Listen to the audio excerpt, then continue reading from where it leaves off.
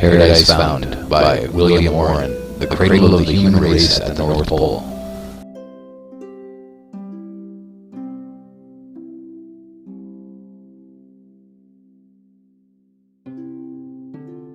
Diagram illustrating the true key to ancient cosmology and mythical geography. Compare page 479. The northern celestial pole in the zenith. AB, the axis of the heavens in perpendicular position. The axis of the earth in perpendicular position. The abode of the supreme god or gods. Europe, Asia, and the known portion of Africa. The earth surrounding the equatorial ocean river. And the abode of disembodied human souls. The abode of demons. The location of submerged Eden. The strength of the hill of Sion. This book is not the work of a dreamer. It is a thoroughly serious and sincere attempt to present what is, to the author's mind, the true and final solution of one of the greatest and most fascinating of all problems connected with the history of mankind. That this true solution has not been furnished before is not strange. The suggestion that primitive Eden was at the Arctic Pole seems at first sight the most incredible of all wild and willful paradoxes, and it is only within the lifetime of our own generation that the progress of geological discovery has relieved the hypothesis of fatal antecedent improbability. Moreover, when one considers the enormous variety and breadth of the fields from which its evidences of truth must be derived, when one remembers how recent are those comparative sciences on whose results the argument must chiefly depend, when one observes that many of the most striking of our alleged proofs, both in the physical and in the anthropological domain, are precisely the latest of the conclusions of these most modern of all sciences, it is easy to see that a generation ago the demonstration here attempted could not have been given. Even 5 years ago, some of the most interesting and cogent of our arguments would as yet have been lacking. The interest which has so long invested our problem, and which has prompted so many attempts to solve it, was never greater than today. The lapse of centuries has rendered many other questions antiquated, but not this. On the contrary, the more the modern world has advanced in new knowledge, the more exigent has grown the necessity of finding a valid solution. Men are feeling as never before that until the starting point of human history can be determined, the historian, the archaeologist, and the paleontological anthropologist are all working in the dark. It is seen that without this desideratum, the ethnologist, the philologist, the mythographer, the theologian, the sociologist, can none of them construct anything not liable to profound modification, if not to utter overthrow, the moment any new light shall be thrown upon the mother region and the prehistoric movement of the human race. Every anthropological science, therefore, and every science related to anthropology, seems at the present moment to be standing in a state of dubitant expectancy, willing to work little tentatively but conscious of its destitution of the needful primal datum, and conscious of its consequential lack of a valid structural law. To the believer in revelation, or even in the most ancient and venerable ethnic traditions, the volume here presented will be found to possess uncommon interest. For many years the public mind has been schooled in a narrow naturalism, which has in its worldview as little room for the extraordinary as it has for the supernatural. Decade after decade, the representatives of this teaching have been measuring the natural phenomena of every age and of every place by the petty measuring rod of their own local and temporary experience. So long and so successfully have they dogmatized on the constancy of nature's laws and the uniformity of nature's forces, that of late it has required no small degree of courage to enable an intelligent man to stand up in the face of his generation and avow his personal faith in the early existence of men of gigantic stature and of almost millenarian longevity. Especially have clergymen and Christian teachers and writers upon biblical history been embarrassed by the popular incredulity on these subjects, and not infrequently by a consciousness that this incredulity was in some measure shared by themselves. To all such, and indeed to all the broader-minded among the naturalists themselves, a new philosophy of primeval history, a philosophy which for the alleged extraordinary effects provides the adequate extraordinary causes, cannot fail to prove most welcome. The execution of the plan of the book is by no means all that the author could desire. To the elaboration of so vast an argument, the materials for which must be gleaned from every possible field of knowledge, the broadest and profoundest scholar might well devote the undistracted labor of a lifetime. To the writer loaded with the cares of a laborious executive office, there were lacking both the leisure and the equipment otherwise attainable for so high a task. The best he could do was to turn 1 or 2 summer vacations into work time and give the result to the world.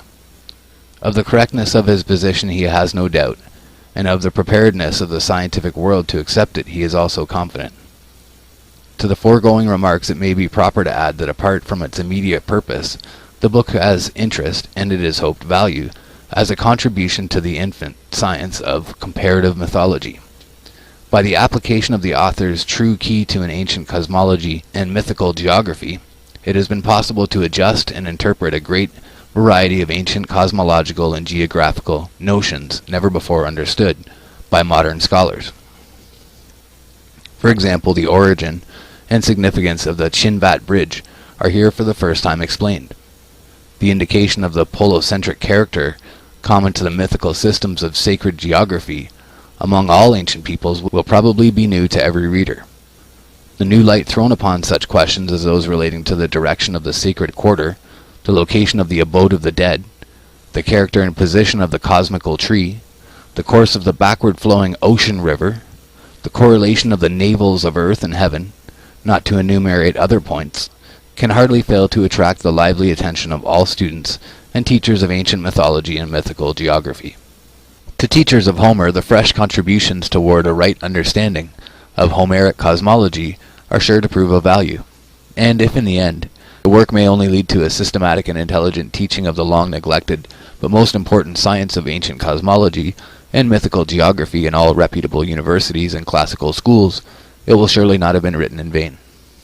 That the author has escaped all errors and oversights while ranging through so numerous and such diverse fields of investigation, many of which are but just open to the pioneering specialist, is too much to expect. He only asks that any such blemishes which a more competent scholarship may detect, or which the progress of new learning may yet bring to light, may not be allowed to prejudice the force of true arguments, but may be pointed out in the spirit of a candid and helpful criticism. In conclusion, the author respectfully commits his work for all truth-seeking spirits, not less to the patient investigators of nature than to the student of history, of literature, and of religion. Particularly would he commend it to all those yearning and waiting Königssonen, whose experience has been described by Hans Andersen in the words, "Once upon a time there was a king, a son. Nobody had so many and such beautiful books as he. In these all that had ever happened in the world he could read and see depicted in splendid engravings. Of every people and of every land could he get information. But as to where the Garden of Eden was, not a word was to be found therein. Just this it was, on which he meditated most of all." Paradise Found by William Warren. And we're just going to go through some of the illustrations first of all, so that we can see the parallels to Flat Earth. And it's kind of important just to look at this first. So, the night skies of Eden.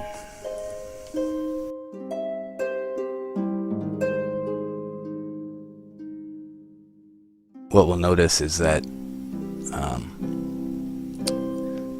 that he was incorrect about the rotundity of the Earth. He believed that the Earth is round.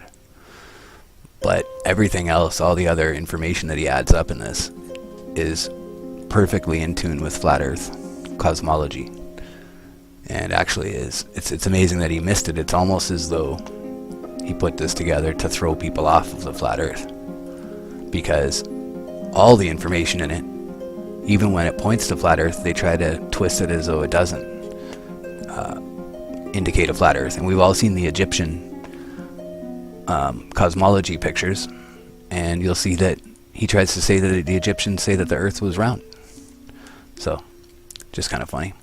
So that was the antipodal polar mountains.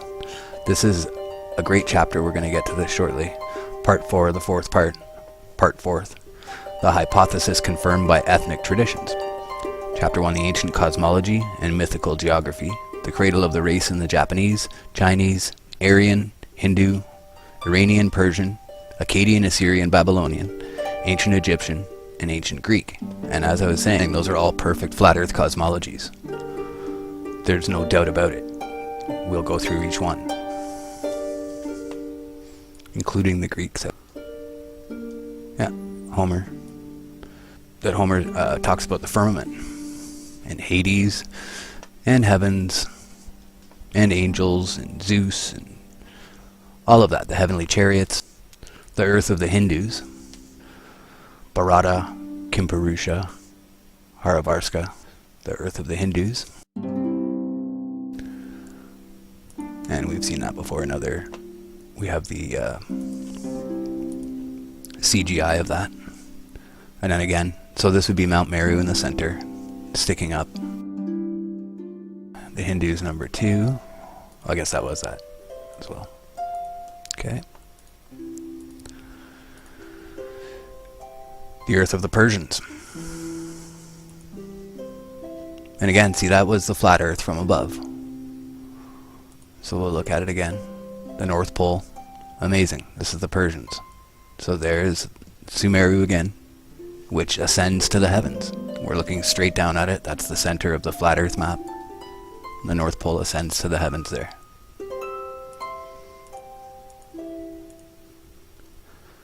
The navel of the earth.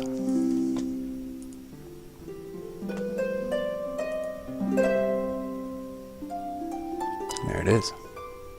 The North Pole. And this one leaves out, of course, the detail that we have in our other maps there from Mercator.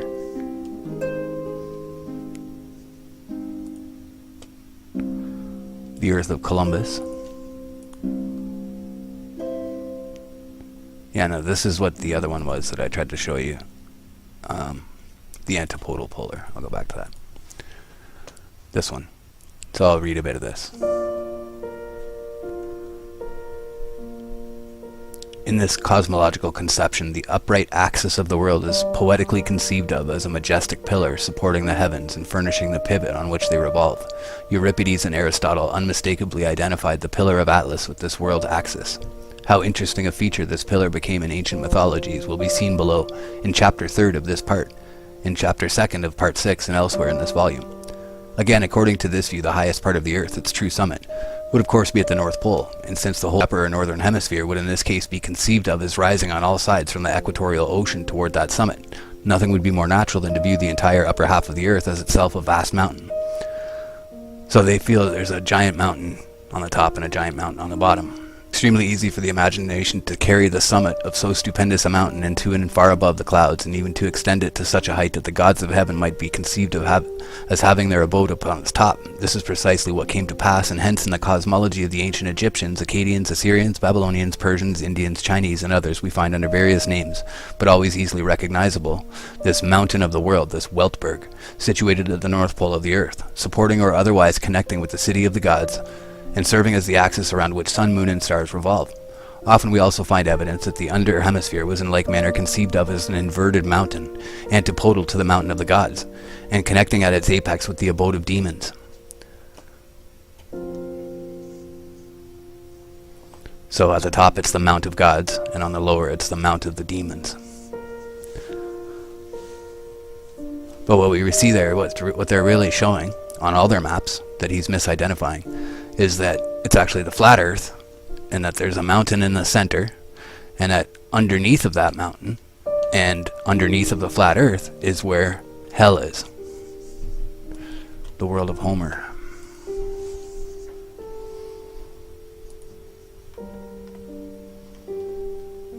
Mount Olympus, Tartarus.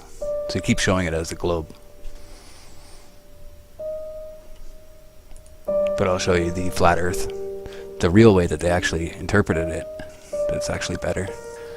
And it's basically that there's the mountain on the top, and on the bottom it's an inversion of a mountain. It's not an upside down mountain. An inverted mountain is a set of stairs descending.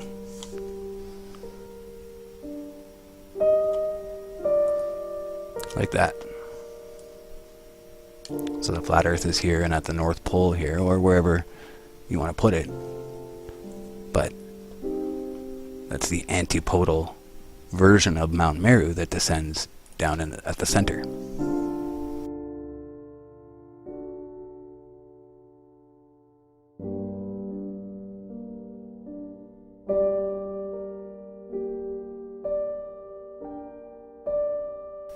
Part first.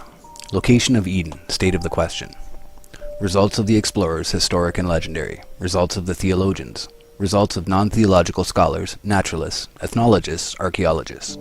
You shall understand that no mortal man may approach to that paradise, for by land no man may go, for wild beasts that are in the deserts, and for the high mountains and great huge rocks that no man may pass by, for the dark places are there. And by the rivers may no man go, for the water runs so roughly and so sharply, because it comes down so outrageously from the high places above, that it runs in so great waves that no ship may row or sail against it. And the water roars so, and makes so huge a noise and so great a tempest, that no man may hear another in the ship, though he cried with all the might he could. Many great lords have essayed with great will many times to pass by those rivers towards paradise, with full great companies, but they might not speed in their voyage, and many died for weariness of rowing against the strong waves. And many of them became blind, and many deaf from the noise of the water, and some perished and were lost in the waves, so that no mortal man may approach to that place without the special grace of God. Sir John de Mondeville. Chapter 1. The results of explorers, historic and legendary. Men learnt die Welt am besten durch Reisen kennen. It basically translates to man learns best when he travels. K.H.W. Volker. One of the most interesting and pathetic passages to be found in all literature is that in which Christopher Columbus announces to his royal patrons his supposed discovery of the ascent to the gate of the long-lost Garden of Eden. With what emotions must his heart have thrilled as, steering up this ascent, he felt his ship smoothly rising toward the sky, the weather becoming milder as he rose. To be so near the paradise of God's own planting, to be the first discoverer of the way in which the believing world could at length, after so many ages, once more approach its sacred precincts, even if forbidden to enter. What an exquisite experience it must have been to the lonely spirit of that great explorer. It is his third voyage. He is in the Gulf of Paria, to the north or northwest of the mouth of the Orinoco. In his loyal epistle to Ferdinand and Isabella, thus he writes: The Holy Scriptures record that our Lord made the earthly paradise, and planted in it the tree of life, and thence springs a fountain, from which the four principal rivers of the world take their source, namely the Ganges in India, the Tigris and Euphrates, and the Nile. I do not find, nor ever have found, any account by the Romans or Greeks which fixes in a positive manner the site of the terrestrial paradise. Neither have I seen it given in any map monde laid down from authentic sources. Some place it in Ethiopia at the sources of the Nile, but others, traversing all these countries, found neither the temperature nor the altitude of the sun correspond with their ideas respecting it, nor did it appear that the overwhelming waters of the deluge had been there. Some pagans pretended to adduce arguments to establish that it was in the Fortunate Islands, now called the Canaries. St. Isidore, Bede, and Strabo, and the master of scholastic history, with St. Ambrose and Scotus, and all the learned theologians, agree that the earthly paradise is in the east.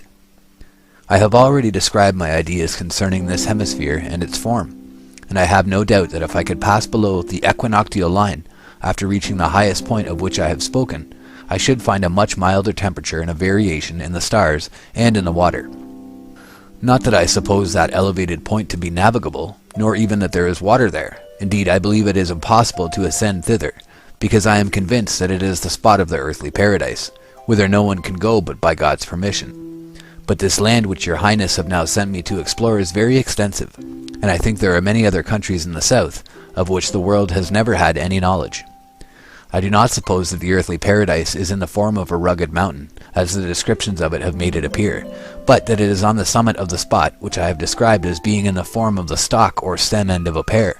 The approach to it from a distance must be by a constant and gradual ascent, but I believe that, as I have already said, no one could ever reach the top. I think also that the water I have described may proceed from it, though it be far off, and that stopping at the place I have just left, it forms this lake.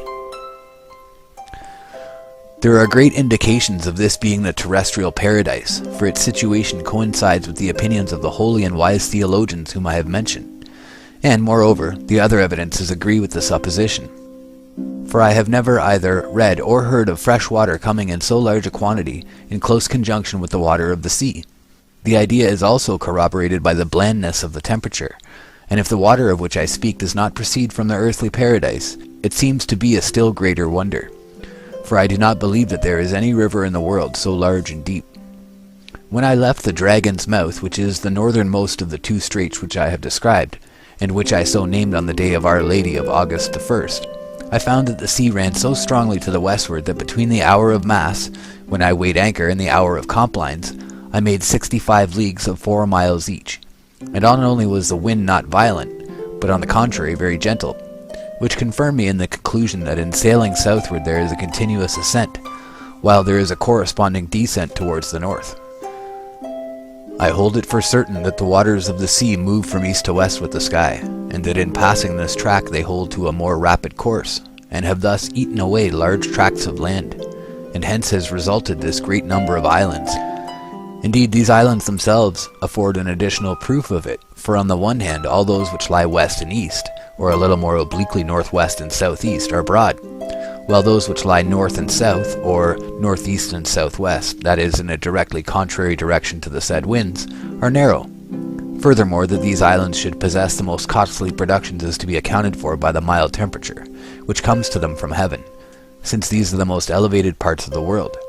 It is true that in some parts the waters do not appear to take this course, but this only occurs in certain spots where they are obstructed by land, and hence they appear to take different directions. I now return to my subject of the land of Gracia, and of the river and lake found there, which latter might more properly be called a sea, for a lake is but a small expanse of water which, when it becomes great, deserves the name of a sea, just as we speak of the Sea of Galilee and the Dead Sea. And I think that if the river mentioned does not proceed from the terrestrial paradise, it comes from an immense tract of land situated in the south, of which hitherto no knowledge has been obtained. But the more I reason on the subject, the more satisfied I become that the terrestrial paradise is situated in the spot I have described, and I ground my opinion upon the arguments and authorities already quoted. May it please the Lord to grant your Highness a long life, and health and peace, to follow out so noble an investigation, in which I think our Lord will receive great service. Spain considerable increase of its greatness, and all Christians much consolation and pleasure, because by this means the name of our Lord will be published abroad. Alas for the hope of settling the problem of Eden's site by actual exploration. Columbus never lived to find his paradise, and geographers have long ago ascertained that the golden summit of the world is not in Venezuela, nor in any of its neighbor states. Of course, Columbus supposed himself to be off the eastern coast, not of a new continent, but of Asia. His idea of the location of the terrestrial paradise as in, or to the eastward of, farther India, was the prevailing idea of his age. The Hereford map of the world, dating from the 13th century, represents the favored spot as a circular island to the east of India, and as separated from the mainland not only by the sea, but also by a battlemented wall, with its one gate to the west through which our first parents were supposed to have been expelled. Hugo de St. Victor wrote, "Paradise is a spot in the Orient productive of all kinds of wood and palmiferous trees. It contains the tree of life. There is neither cold nor heat there, but perpetually an equable temperature. It contains a fountain which flows forth in 4 rivers." So Gautier de Metz, in a poem written in the 13th century, describes the terrestrial paradise as situated in an unapproachable region in Asia, surrounded by flames, and guarded at its only gate by an armed angel. In the year 1322, Sir John de Mondeville made his memorable pilgrimage to the east. In his account of these travels, after describing the marvelous kingdom of Prester John in India, he says, "And beyond the land and isles and deserts of Prester John's lordship, and going straight towards the east, men find nothing but mountains and great rocks, and there is the dark region where no man may see, neither by day nor by night, as they of the country say. And that desert and that place of darkness lasts from this coast unto terrestrial paradise, where Adam our first father and Eve were put, who dwelt there but a little while, and that is towards the east, at the beginning of the earth. Of paradise I cannot speak properly, for I was not there. It is far beyond, and I repent not going there, but I was not worthy. But as I have heard say of wise men beyond, I shall tell you with good will, terrestrial paradise, as wise men say, is the highest place of the earth, and it is so high that it nearly touches the circle of the moon there, as the moon makes her turn. For it is so high that the flood of Noah might not come to it, that would have covered all the earth of the world all about and above and beneath except paradise. And this paradise is enclosed all about with a wall, and men know not whereof it is, for the wall is covered all over with moss, as it seems." And it seems not that the wall is natural stone, and that wall stretches from the south to the north, and it has but one entry, which is closed with burning fire, so that no man that is mortal dare enter. And in the highest place of paradise, exactly in the middle, is a well that casts out 4 streams, which run by diverse lands, of which the first is called Pison or Ganges, that runs through India or Emlak, in which river are many precious stones and much lignum, aloes, and much sand of gold. And the other river is called Nile or Gison, which goes through Ethiopia, and after through Egypt. And the other is called Tigris, which runs by Assyria and by Armenia the Great. And the other is called Euphrates, which runs through Media, Armenia, and Persia. And men there beyond say that all the sweet waters of the world, above and beneath, take their beginning from the well of paradise, and out of that well all waters come and go. Various writers and mapmakers of the same age seem very evidently to have identified the paradise of Genesis with the island of Ceylon. Even to this day, a mount near the center of the island bears the name of Adam's Peak. According to Mohammedan tradition, this was only so called because it was the place where Adam alighted when cast out of the true celestial paradise in heaven. Nevertheless, Christian tradition or legend long lingered about Ceylon as the genuine site of primitive Eden. In entire accord with this view is the remarkable story of Prince Eirik, as told in an Icelandic saga of the 14th century. Mr. Baring Gould, in a style not very reverent, has summarized the tale as follows. Eirik was a son of Thrand, king of Drontheim, and having taken upon him a vow to explore the deathless land, he went to Denmark, where he picked up a friend of the same name as himself. They then went to Constantinople and called upon the emperor, who held a long conversation with them, which is duly reported, relative to the truths of Christianity and the site of the deathless land, which, he assures them, is nothing more nor less than paradise. The world, said the monarch, who had not forgotten his geography since he left school, is precisely 180,000 stages round, about 1,000,000 English miles, and it is not propped up on posts, not a bit. It is supported by the power of God, and the distance between earth and heaven is 100,045 miles. Another MS reads 9,382 miles. The difference is immaterial, so they must have meant 10,000 there, although it says 100,000. And round about the earth is a big sea called Ocean. And what's to the south of the earth? Asked Eric. Oh, there is the end of the world, and that is India. And pray, where am I to find the deathless land? That lies, paradise, I suppose you mean? Well, it lies east of India. Having obtained this information, the 2 Eiriks started, furnished with letters from the Greek emperor. They traversed Syria and took ship, probably at Balsora. Then, reaching India, they proceeded on their journey on horseback, till they came to a dense forest, the gloom of which was so great through the interlacing of the boughs, that even by day the stars could be observed twinkling, as though they were seen from the bottom of a well. On emerging from the forest, the 2 Eiriks came upon a strait, separating them from a beautiful land, which was unmistakably paradise. And the Danish Eirik, intent on displaying his scriptural knowledge, pronounced the strait to be the river Pison. This was crossed by a stone bridge, guarded by a dragon. The Danish Eirik, deterred by the prospect of an encounter with this monster, refused to advance, and even endeavored to persuade his friend to give up the attempt to enter paradise as hopeless, after they had come within sight of the favored land. But the Norseman deliberately walked sword in hand into the maw of the dragon, and the next moment, to his infinite surprise and delight, found himself liberated from the gloom of the monster's interior and safely placed in paradise. The land was most beautiful, and the grass as gorgeous as purple. It was studded with flowers and was traversed by honey rills. The land was extensive and level, so that there was not to be seen mountain or hill, and the sun shone cloudless, without night and darkness. The calm of the air was great, and there was but a feeble murmur of wind, and that which there was breathed redolent with the odor of blossoms. After a short walk, Eirik observed what certainly must have been a remarkable object, namely a tower or steeple self-suspended in the air, without any support whatever, though access might be had to it by means of a slender ladder.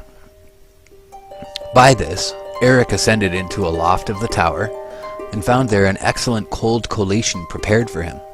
After having partaken of this, he went to sleep, and in vision beheld and conversed with his guardian angel, who promised to conduct him back to his fatherland, but to come for him again and fetch him away from it forever, at the expiration of the 10th year after his return to Drontheim. Eirik then retraced his steps to India, unmolested by the dragon, which did not affect any surprise at having to disgorge him, and indeed which seems to have been, notwithstanding his looks, but a harmless and passive dragon. After a tedious journey of 7 years, Eirik reached his native land, where he related his adventures to the confusion of the heathen, and to the delight and edification of the faithful. And in the 10th year, and at break of day, as Eirik went to prayer, God's Spirit caught him away, and he was never seen again in this world. So here ends all we have to say of him. Here we get farther than with Columbus, but however beautiful and credible this story of Eden exploration may have been 500 years ago, we now know that the only paradise in Ceylon is a symbolical Buddhist one, as far removed from the primitive Garden of Genesis as Roman Catholic Calvarios in South America are from the primitive cavalry of the crucifixion. Moreover, even the scribes of 500 years ago, however credulous in other things, seem well to have understood the true character of this story of travel, for, according to the majority of the MSS, the story purports to be nothing more than a religious novel. As the Celtic terrestrial paradise, Avalon was a sea-girt island in the waters of the north. It could, of course, be reached only by ship. The first to accomplish this feat, so far as Christian legend informs us, was Saint Brandon, son of Finlogo, a celebrated saint of the Irish Church, who died AD 576 or 577. According to the story, an angel brought to this good abbot a book from heaven, in which such marvelous things were narrated concerning the then unknown portions of the world, that the honest father charged both angel and book with falsehood, and in his righteous indignation burned the latter. As a punishment for his unbelief, God sentenced him to and recover earth and the book. He must search through hell and earth and sea until he finds the heavenly gift. The token given him by the angel is that when he sees 2 twin fires flame up, he shall know that they are the 2 eyes of a certain ox, and on the tongue of that ox he shall find the book. For 7 long years he sails the western and the northern ocean. He there encounters more marvels than were recorded in the original incredible book, and is even permitted to visit the earthly paradise. The beauty of the soil, of the fountain with 4 streams, of the magnificent castle and castle halls lighted with self-luminous stones, and adorned with all manner of precious jewels, surpassed description. The stay of the party seems, however, to have been short, and unfortunately just where the island was located, the commander forgets to mention. A more elaborate and fanciful picture of the same medieval paradise is furnished of us in the story of Ogre, or Holger, a Danish knight of the age of Charlemagne. In a plain prose rendering, this is the style in which a famous court minstrel of 600 years ago was accustomed to chant the adventure to admiring audiences. So I'm just going to cut in here just to reference how they're talking about that it just seems to be these seem to come from religious books. Well, the common theme there is that every time they look at the religious novels, they come back to those 4 rivers, and they say that that's the center of the earth, and that they say that that's where we descended from heaven. And we see that every religion that we look into, and every time that the people who are telling these stories are people who are closely related to the kings of their towns or their cities or the place that they're from. And it seems like every time that they tell this story, it's like a broken telephone, that they did have the original story and they tried to maintain as much of it as they could, but through the years it just became broken down by, broken telephone, word of mouth. And so some of the traits are maintained, but a lot of them are lost. And until you look at the actual scripture, which is the Enochian part that we're coming to, it doesn't make any sense. What they continue to do is to slough off the information, because they say that, well, it must have come from some religious source, and so therefore it has no worthiness, it has no basis in reality. So I just find it interesting that we're still in that situation today, where if someone says something and says that it has to do with the origins of man, it's almost like even if we could prove it, people would never believe it, because if we said our proof has anything to do with it, what if you prove to someone that that is the base of heaven? Just like proving to them that the earth is flat, now you've proven that God exists, and that's very difficult for a lot of people to take in. They don't want to deal with that. I just wanted to be clear there about that everybody sloughs it off because they think that it's religious. And yet, what could be more central is who we are and where we came from. So we're back at the story of Oger, or Holger, the Danish knight of Charlemagne. Carahue and Gloriand were in a boat with a fair company, and Oger had with him 1,000 men-at-arms. When they were a certain way on, there arose so mighty a tempest that they knew not what to do, only to commit their souls to God. So great was the storm that the mast of Oger's ship broke, and he was constrained to embark in a little vessel with a few of his comrades, and the wind struck them with such fury that they lost sight of Carahue. Carahue was so sore troubled that he was like to die, and he began to mourn the noble Oger, for he wist not what was become of the boat. And Oger in like manner lamented Carahue. Thus grieved Carahue and the Christians in his company, saying, Alas, Oger, what is become of thee? This is, I ween, the most sudden departure that I heard of ever. Nay, but cease, my beloved, said Gloriand. He will not fail to come again when God wills, for he cannot be far away. Ah, lady, said Carahue, you know not the dangers of the sea, and I pray God to take him into his keeping. Now I will leave speaking of Carahue and return to Oger, who was in peril, yet was ever grieving for his friend, and saying, Ah, Carahue, hope of the remaining days of my life, thou whom I love next to God, how has God allowed me to lose so soon you and your lady? At that moment the great ship in which Oger had left his men-at-arms struck against a rock, and he saw them all perish, at which sight he was like to die of grief. And presently a lodestone rock began to draw towards it the boat in which Oger was. Oger, seeing himself thus taken, recommended his soul to God, saying, My God, my Father and Creator, who hast made me in thine image and semblance, have pity on me now, and leave me not here to die, for that I have used my power as was best to the increase of the Catholic faith. But if it must be that thou take me, I commit to thy care my brother Gaiu, and all my relatives and friends, especially my nephew Gautier, who is minded to serve thee, and bring the Paynim into thy holy church. Ah, my God, had I known the peril of this adventure, I should never have abandoned the beauty, sense, and honour of Clarice, Queen of England. Had I but gone back to her, I should have seen too my redoubted sovereign, Charlemagne, with all the princes who surround him. Meanwhile the boat continued to float upon the water, till it reached the lodestone castle, which they call the Château d'Avalon, which is but a little way from the earthly paradise. Whither were snatched in a beam of fire Elias and Enoch, and where was Morglafé, who at his birth had given him such great gifts. Then the mariners saw well that they were drawing near to the lodestone rock, and they said to Oger, My lord, commend thyself to God, for it is certain that at this moment we are come to our voyage's end. And as they spake, the bark with a swing attached itself to the rock, as though it were cemented there.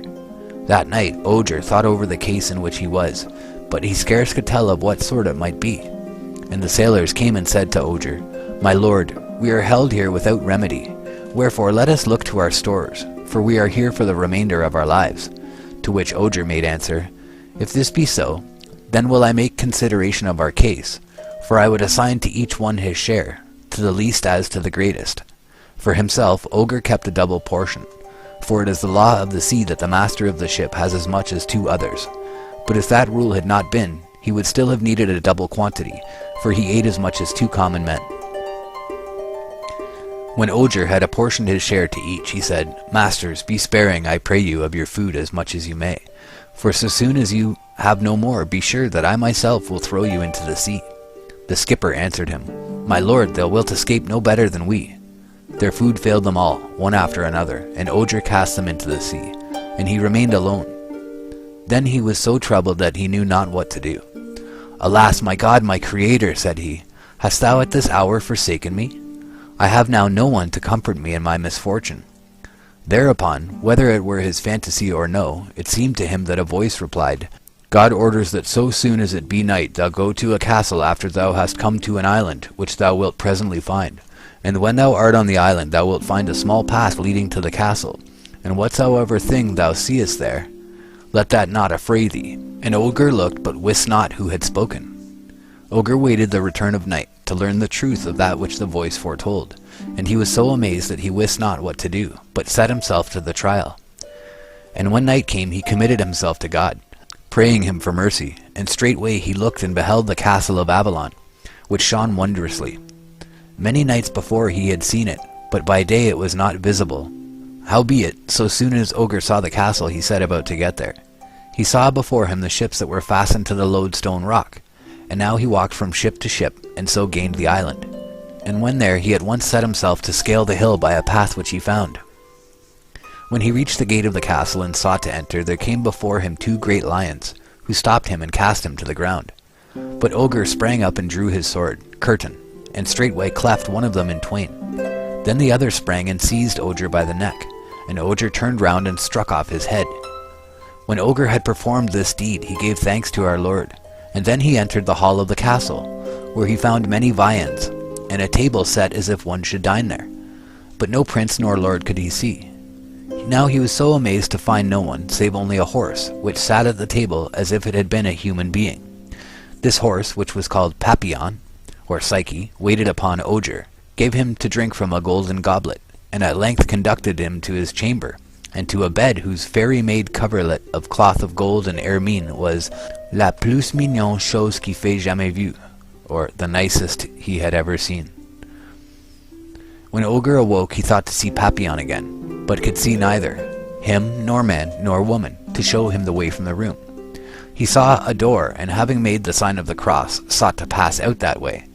But as he tried to do this, he encountered a serpent, so hideous that the like has scarce been seen. It would have thrown itself upon Ogre, but that the knight drew his sword and made the creature recoil more than 10 feet. But it returned with a bound, for it was very mighty, and the twain fell to fight. And now as Ogre saw that the serpent pressed hard upon him, he struck at it so doughtily with his sword that he severed it in twain. After that, Ogre went along a path which led him to a garden, so beauteous that it was in truth a little paradise. And within were fair trees, bearing fruit of every kind, of tastes diverse, and of such sweet odors that he never smelt trees like them before. Ogre, seeing these fruits so fine, desired to eat some, and presently he lighted upon a fine apple tree, whose fruit was like gold, and of these apples he took one and ate. But no sooner had he thus eaten than he became so sick and weak that he had no power nor manhood left. And now again he commended his soul to God and prepared to die. But at this moment, turning round, he was aware of a fair dame, clothed in white, and so richly adorned that she was a glory to behold. Now as Ogre looked upon the lady without moving from his place, he deemed that she was Mary the Virgin, and said, Ave Maria, and saluted her. But she said, Ogre, think not that I am she whom you fancy. I am she who was at your birth, and my name is Morglefe, and I allotted you a gift which was destined to increase your fame eternally through all lands. But now you have left your deeds of war to take with ladies your solace. For as soon as I have taken you from here, I will bring you to Avalon, where you will see the fairest noblesse in the world. And anon she gave him a ring, which had such virtue that Ogre, who was near 100 years old, returned to the age of 30. Then said Ogre, Lady, I am more beholden to you than to any other in the world. Blessed be the hour of thy birth, for, without having done aught to deserve at your hands, you have given me countless gifts, and this gift of new life above them all. Ah, lady, that I were before Charlemagne, that he might see the condition in which I now stand, for I feel in me greater strength than I have ever known. Dearest, how can I make return for the honor and great good you have done me? But I swear that I am at your service all the days of my life. Then Morgue took him by the hand and said, My loyal friend, the goal of all my happiness, I will now lead you to my palace in Avalon, where you will see of noblesse the greatest and of demoiselles the fairest. And she took Ogre by the hand and led him to the castle of Avalon, where was King Artus and Alberon and Melambron, who was a sea fairy. As Ogre approached the castle, the fairies came to meet him, dancing and singing marvellously sweetly. And he saw many fairy dames, richly crowned and apparelled. And presently came Arthur, and Morgue called to him, and said, Come hither, my lord and brother, and salute the fair flower of chivalry, the honour of the French noblesse, him in whom all generosity and honour and every virtue are lodged, Ogre le Danois, my royal love, my only pleasure, in whom lies for me all hope of happiness. Then Morgue gave Ogre a crown to wear, which was so rich that none here could count its value, and it had beside a wondrous virtue, for every man who bore it on his brow forgot all sorrow and sadness and melancholy, and he thought no more of his country nor of his kin that he had left behind him in the world. We leave Ogre thus, bien assis et entretenu des dames qui s'étaient marveillées, and returned to the earth, where things were not going so well. For while Ogre was in Fairy, the Paynim assembled all their forces and took Jerusalem, and proceeded to lay siege to Babylon. That is, Cairo at the time. Then the most valiant knights who were left on earth, Moisant and Florian and Carahu and Gautier, Ogre's nephew, assembled all their powers to defend this place. But they lamented greatly because Ogre was no more. And a great battle took place without the walls of Babylon, in which the Saracens, assisted by a renegade, the Admiral Gandice, gained the victory. Ogre had long been in the castle of Avalon, and had begotten a son by Morgue, when she, having heard of these doings and of the danger to Christendom, deemed it needful to awake Ogre from his blissful forgetness of all earthly things, and tell him that his presence was needed in this world once more. Thereupon follows an account of Ogre's returning to earth, where no one knew him, and all were astonished at his strange garb and bearing. He inquired for Charlemagne, who had been long since dead. The generation below Ogre had grown to be old men, yet he still had the habit of a man of 30. We need not wonder that his talk excited suspicion, but at length he made himself known to the King of France, joined his army, and put the Paynim to flight. He had now forgotten his life in Fairy. He was beloved by the Queen of France, the king having been killed, and was about to marry her, when Morgue again appeared and carried him off to Avalon. Looking back over this long story to see just where it locates its paradise and how one could get there, we find the data extremely few and discouraging, and the older story in Plutarch respecting the same Isle of Blessedness is not less destitute of indications as to exact locality. Going some centuries farther back, we find another traveler who claims to have been in terrestrial paradise.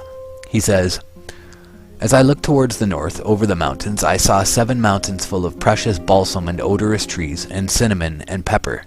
And from thence I went over the summits of these mountains far towards the east, and passed on still farther over the sea, and came far beyond it. And I came into the garden of righteousness, and saw a many-colored crowd of trees of every kind. For many and great trees flourish there, very noble and lovely, and the tree of wisdom, which gives wisdom to anyone who eats of it. It is like the Johannes bread tree. Its fruit is like a cluster of grapes, very good, and the fragrance of the tree spreads far around. And I said, Fair is this tree, and how beautiful and ravishing its look.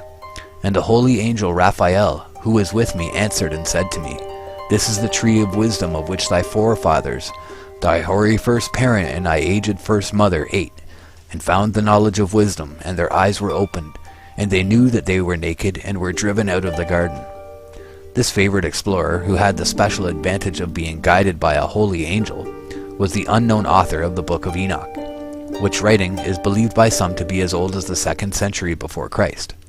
No one can read many chapters of his production, however, without arriving at the firm conclusion that sacred geography has little to hope from such a source, however ancient. Coming down to the travelers of our own time, we fare no better, even though they do not tax our credulity with stories of angelic guides or of guardian dragons. One, writing only 10 years ago, professedly from the very garden itself, momentarily raises our expectations when he says, "Discoveries made within the last decade tend to confirm the supposition that the primeval abode of man was near the confluence of the Euphrates and the Tigris, and it is not too much to anticipate the exhuming of inscribed tablets, which will fully establish this belief." But as suddenly as our hopes are excited, so suddenly do they die away in disappointment. Incredulous critics greet the suggestion of exhuming inscribed tablets on the subject with a chorus of derisive laughter. The author himself does not venture to give any of the discoveries made within the last decade which tend to confirm the notion that Eden was located at the point described. On the contrary, in the immediately following sentence, he takes leave of the subject, and so doing gives us over to his own admitted uncertainty in the following terms. And although, after the lapse of so many centuries, exact correspondence of topography is not to be expected, yet guided by the general features of the scene rather than by the minuter ones, the present traditional Garden of Eden may be accepted until another has been discovered, and its identity more clearly proved. In such darkness dies out the kindled hope.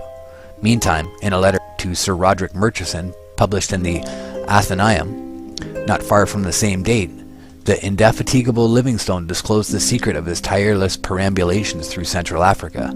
He believed that at the sources of the Nile, could he once discover them, he would stand upon the site of the primeval paradise.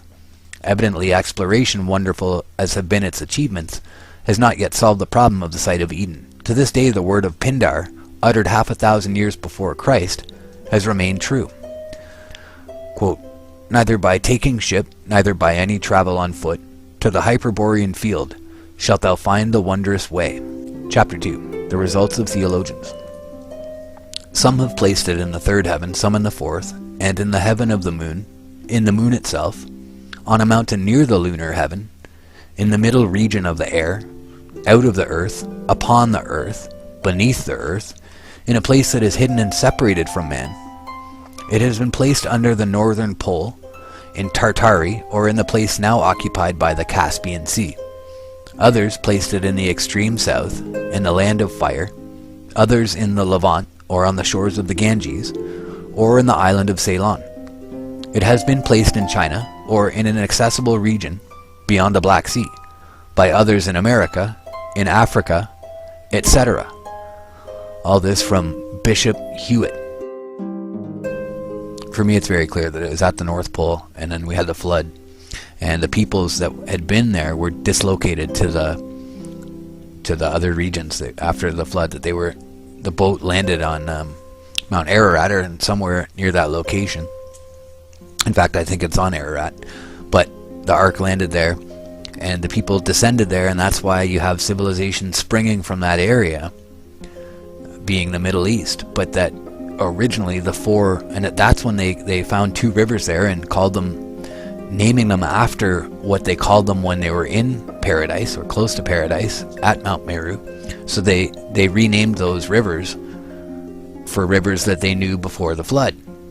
But they were naming rivers that were thousands of miles away from where they were, because during the flood, when Noah got on the ark and that, they drifted to a much farther place.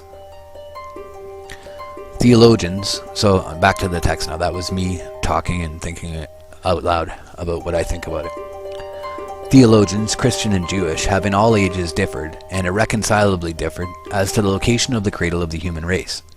The evidences of this are so well known, or so easily accessible to every intelligent reader, that they need not be adduced in this place. The fathers and theologians of the early church and of the Middle Ages held many curious and conflicting opinions upon the subject. Some, following the allegorizing method of Philo, interpreted the whole narrative in Genesis as a parable setting forth spiritual things. Eden was not a place but a state of spiritual blessedness. The four rivers were not rivers but the four cardinal virtues, etc. The majority, however, held to the historic character of the narrative and to the strictly geographical reality of Eden. To the question of its location, numberless were the answers. Often it was in the Far East, beyond all lands inhabited by men. Sometimes it was thought of as perhaps within or under the earth, in the regions of the dead. Sometimes it was neither on nor below the earth, but high above it, in the third heaven, or some way associated with the lunar orbit. Again, it would be stated that there are two paradises, a celestial and a terrestrial one, the one in heaven, the other on the earth. Tertullian, conceiving of the torrid zone as the flaming sword which turned every way to keep the way of the tree of life from Genesis 3:24, placed Eden beyond it in the southern hemisphere. Now it was at the bottom of the sea, or again it held a position midway between earth and heaven. Anon, it was on the summit of a miraculous mountain, which rose to the height of the moon. Of this mountain only the base was washed, when by the waters of the deluge all other mountains were covered. It was conceived of as rising in 3 gigantic stages to its stupendous height. All kinds of marvelous plants and precious metals and gems adorned it. But its supreme adornment was a divine river, which, starting from the throne of God in the highest heaven, descended to the holy garden on the mountain's head, and thence parting into 4, after watering and beautifying the whole mountain in its descent, gradually lost more and more of its celestial taste and vivifying virtues, and became the water system of the habitable globe. Sometimes the location of this mountain was described as in some distant portion of the earth, where the sea or earth and the sky meet. Impatient of such contradictions, Luther, in his own brusque way, rejected all attempts to locate the primeval garden, declaring that the deluge had so changed the face of the earth and the course of its original rivers that all search was fruitless. Calvin, on the contrary, confidently affirmed that the writer of the Genesis narrative must be understood as locating the Garden of Eden near the mouths of the Euphrates. Soon this original diversity of Protestant teaching upon the subject became aggravated by new theories, some of them suggested by orthodox ingenuity, some introduced by rationalistic conceptions of the semi-mythical character of the Bible, until at the present time the state of theological teaching respecting Eden is, if possible, a worse babble than in any preceding age. For a partial illustration of the confusion, one has only to turn to the most recent and authoritative biblical, theological, and religious encyclopedias. In McClintock and Strong's The Writer on Eden inclines to locate it in Armenia. In Smith's Bible Dictionary, the problem is abandoned as probably insoluble. In the great German encyclopedia, Herzog, it is declared necessary to deny to the story of Eden a strictly historical character. It is a bit of mythical geography. In the supplement, however, Pressel makes an elaborate argument of many pages in favor of the location at the junction of the Tigris and Euphrates. Dilliman, in Schenkel's Bible Lexicon, places it in the Himalayas north of India. In the chief Roman Catholic cyclopedia, Wetzel, and Velt's Kirchenlexikon, the writer vacillates between Eastern Asia, taken in a vague and undefined sense, and an equally undefined north. In Lichtenberg's just completed Encyclopedia of Religious Sciences, the whole story in Genesis 2 is declared as a philosophic myth. Professor Brown of New York, in the new work edited by Dr. Schaff, on the basis of Herzog, enumerates a variety of opinions advocated by others, but refrains from expressing any opinion of his own.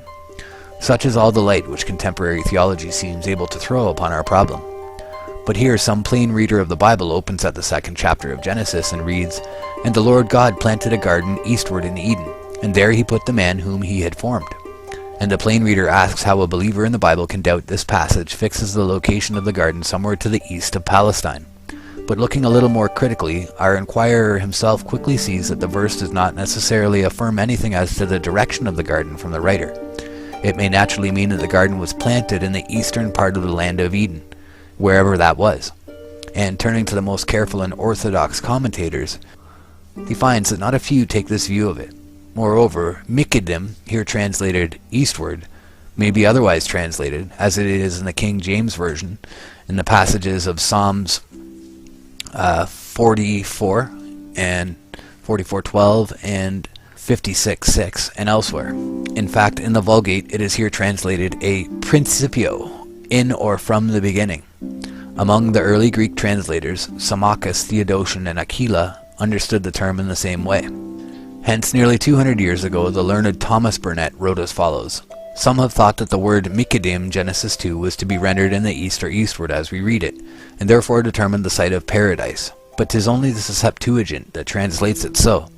All the other Greek versions in St. Jerome, the Vulgate, the Chaldee paraphrase, and the Syriac render it from the beginning or in the beginning, or to that effect. And we that do not believe the Septuagint to have been infallible or inspired have no reason to prefer their single authority above all the rest." The same writer says again, "We may safely say that none of the Christian fathers, Latin or Greek, ever placed paradise in Mesopotamia.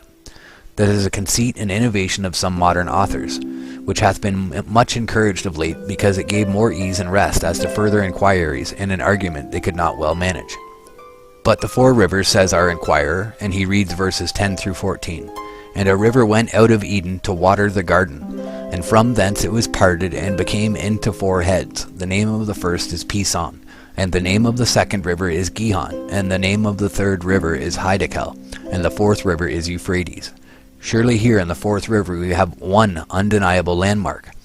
However impossible it may be to satisfactorily identify all 4 of the primitive rivers of Eden, the mention of the Euphrates, at least, restricts the location of the garden to some part of the region drained by that river. Consulting the theologians, however, our investigator finds a great variety of serious objections urged against this short and easy method of settling the controversy. First, he is told that some biblical critics have expressed doubt as to the genuineness of the verses, and that as earnest a defender of the Bible as Mr. Granville Penn considered the whole passage an interpolation. Secondly, he learns that Parath, or Frat, the Hebrew name of the river, is from the older form Burati or Puratu, a word believed to signify the broad or the deep. Of course, such a descriptive term may well have been the name of more than one ancient river, just as Broad Brook is the name of many an American stream. Indeed, in his learned work Le Berceau de l'Espèce Humaine, O'Bry shows that in ancient times Frat or Euphrates was the name of one or possibly two of the rivers of Persia. One of these in Pliny's time still bore the name in the hardly changed form Euphrates. Lenormant says he does not hesitate to consider the Frath of the Corda Avesta identical with the Persian river Helmand. Africa also had its sacred Euphrates. If therefore the passage in Genesis is genuine, and Moses wrote of the Frath, it is not certain what broad or abounding river he had in mind.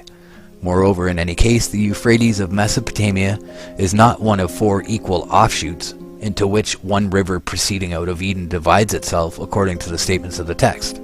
So its source is not from another river at all, but from ordinary mountain springs. Thirdly, it must not be forgotten, our friend is told, that all peoples coming into a new country love to name their new rivers and towns after the loved and sacred ones they left in the older home. The Thames of New England perpetuates the memory of the Thames of Old England. It is very seldom indeed, says a late writer, that a river has no namesakes. Very possibly, therefore, the Frath of Mesopotamia may have been named for some elder river of the antediluvian world, wherever that may have been. That it was so is the firm belief of various learned writers. Fourthly, continue the theologians, the language of Ezekiel 13:9 and of Proverbs 3:18, 11:30, etc. shows that poetic and symbolical applications of the name and images of Eden were common. And if the Hebrews named one of the watercourses at Jerusalem Gihon, in commemoration of one of the four paradise rivers, it is not irrational to suppose that the inhabitants of Mesopotamia may have called their chief stream in honor of another of the four. Lenormant, Grill, O'Bry, and others support this view. They might have rendered the probability still stronger by calling attention to the fact that the oldest name of Babylon, Tin-Tir-Ki, was of the same commemorative or symbolical character, and signified the place of the tree of life. Finally, pursuing these curious investigations further, our plain reader finds mention in Pausanias 2:5 of a strange belief of the ancients, according to which the Euphrates, after disappearing in a marsh and flowing a long distance underground, rises again beyond Ethiopia, and flows through Egypt as the Nile. This reminds him of the language of Josephus, according to which the Ganges, the Tigris, the Euphrates, and the Nile are all but parts of one river which ran round about the whole earth. The Oceanos rivers of the Greeks, or the Okeanos river of the Greeks. And he wonders whether the old Shemitic term, from which the modern Euphrates is derived, was not originally a name of the general water system of the world, a name of that ocean river which Aristotle describes as rising in the upper heavens, descending in rain upon the earth, feeding, as Homer tells us, all fountains and rivers and every sea, flowing through all these watercourses down into the great and broad equatorial ocean current which girdles the world in its embrace. Thence branching out from the further shore into the rivers of the underworld, to be at last fire-purged and sublimated, and returned in purity to the upper heavens to recommence its round. And just as he is wondering over the question, he finds that some of the Assyriologists, in their investigation of pre-Babylonian Akkadian mythology, have found reason to believe this surmise correct, and to say that in that mythology the term Euphrates was applied to the rope of the world, the encircling river of the snake god of the tree of life, the heavenly river which surrounds the earth. Furthermore, as he turns back to the pages of Hyginus and Manilius and Lucius Ampelius, and reads of the fall of the world egg at the beginning into the river Euphrates, he perceives that he is in a mythologic and not a historic region. And when he lights upon a mutilated fragment of an ancient Assyrian inscription, in which descriptions of the visible and invisible world are mixed up together, and in which the river of the life of the world is designated by the name Euphrates, he quickly concludes that it will not do to take the term Frath or Euphrata as always and everywhere referring to the historic river of Mesopotamia. Hitherto then the results of the theologians as to the location of Eden are purely negative and mutually destructive. It would be difficult, says one of their number, to find any subject in the whole history of opinion which has so invited and at the same time so completely baffled conjecture as this. Theory after theory has been advanced, but none has been found which satisfies the required conditions. The site of Eden will ever rank, with the quadrature of the circle and the interpretation of unfulfilled prophecy, among those unsolved and perhaps insoluble problems which possess so strange a fascination. Chapter 3. The results of non-theological scholars, naturalists, ethnologists, etc.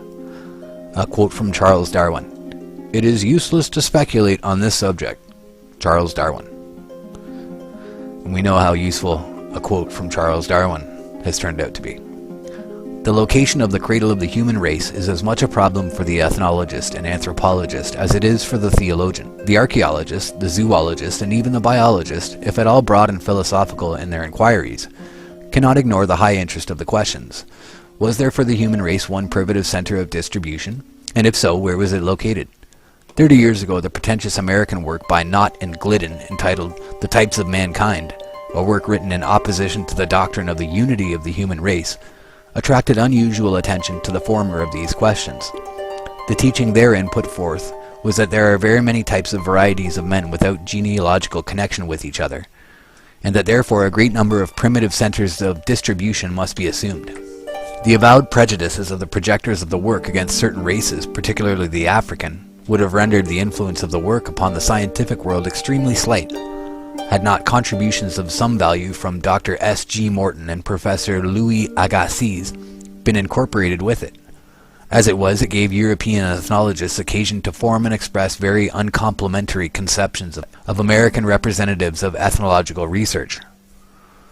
Fortunately, these crude beginners of the science have had no influential successors of their own sort in this country, and but obscure or half-hearted disciples in any other. The polygeny of the race has at present no respectable support.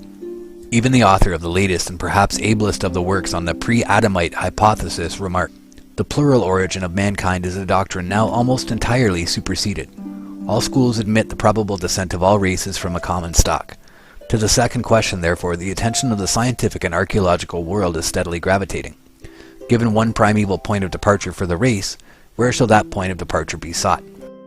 The answers which recent biologists, naturalists, and ethnologists have given to this problem are hardly less numerous or less conflicting than are the solutions proposed by theologians.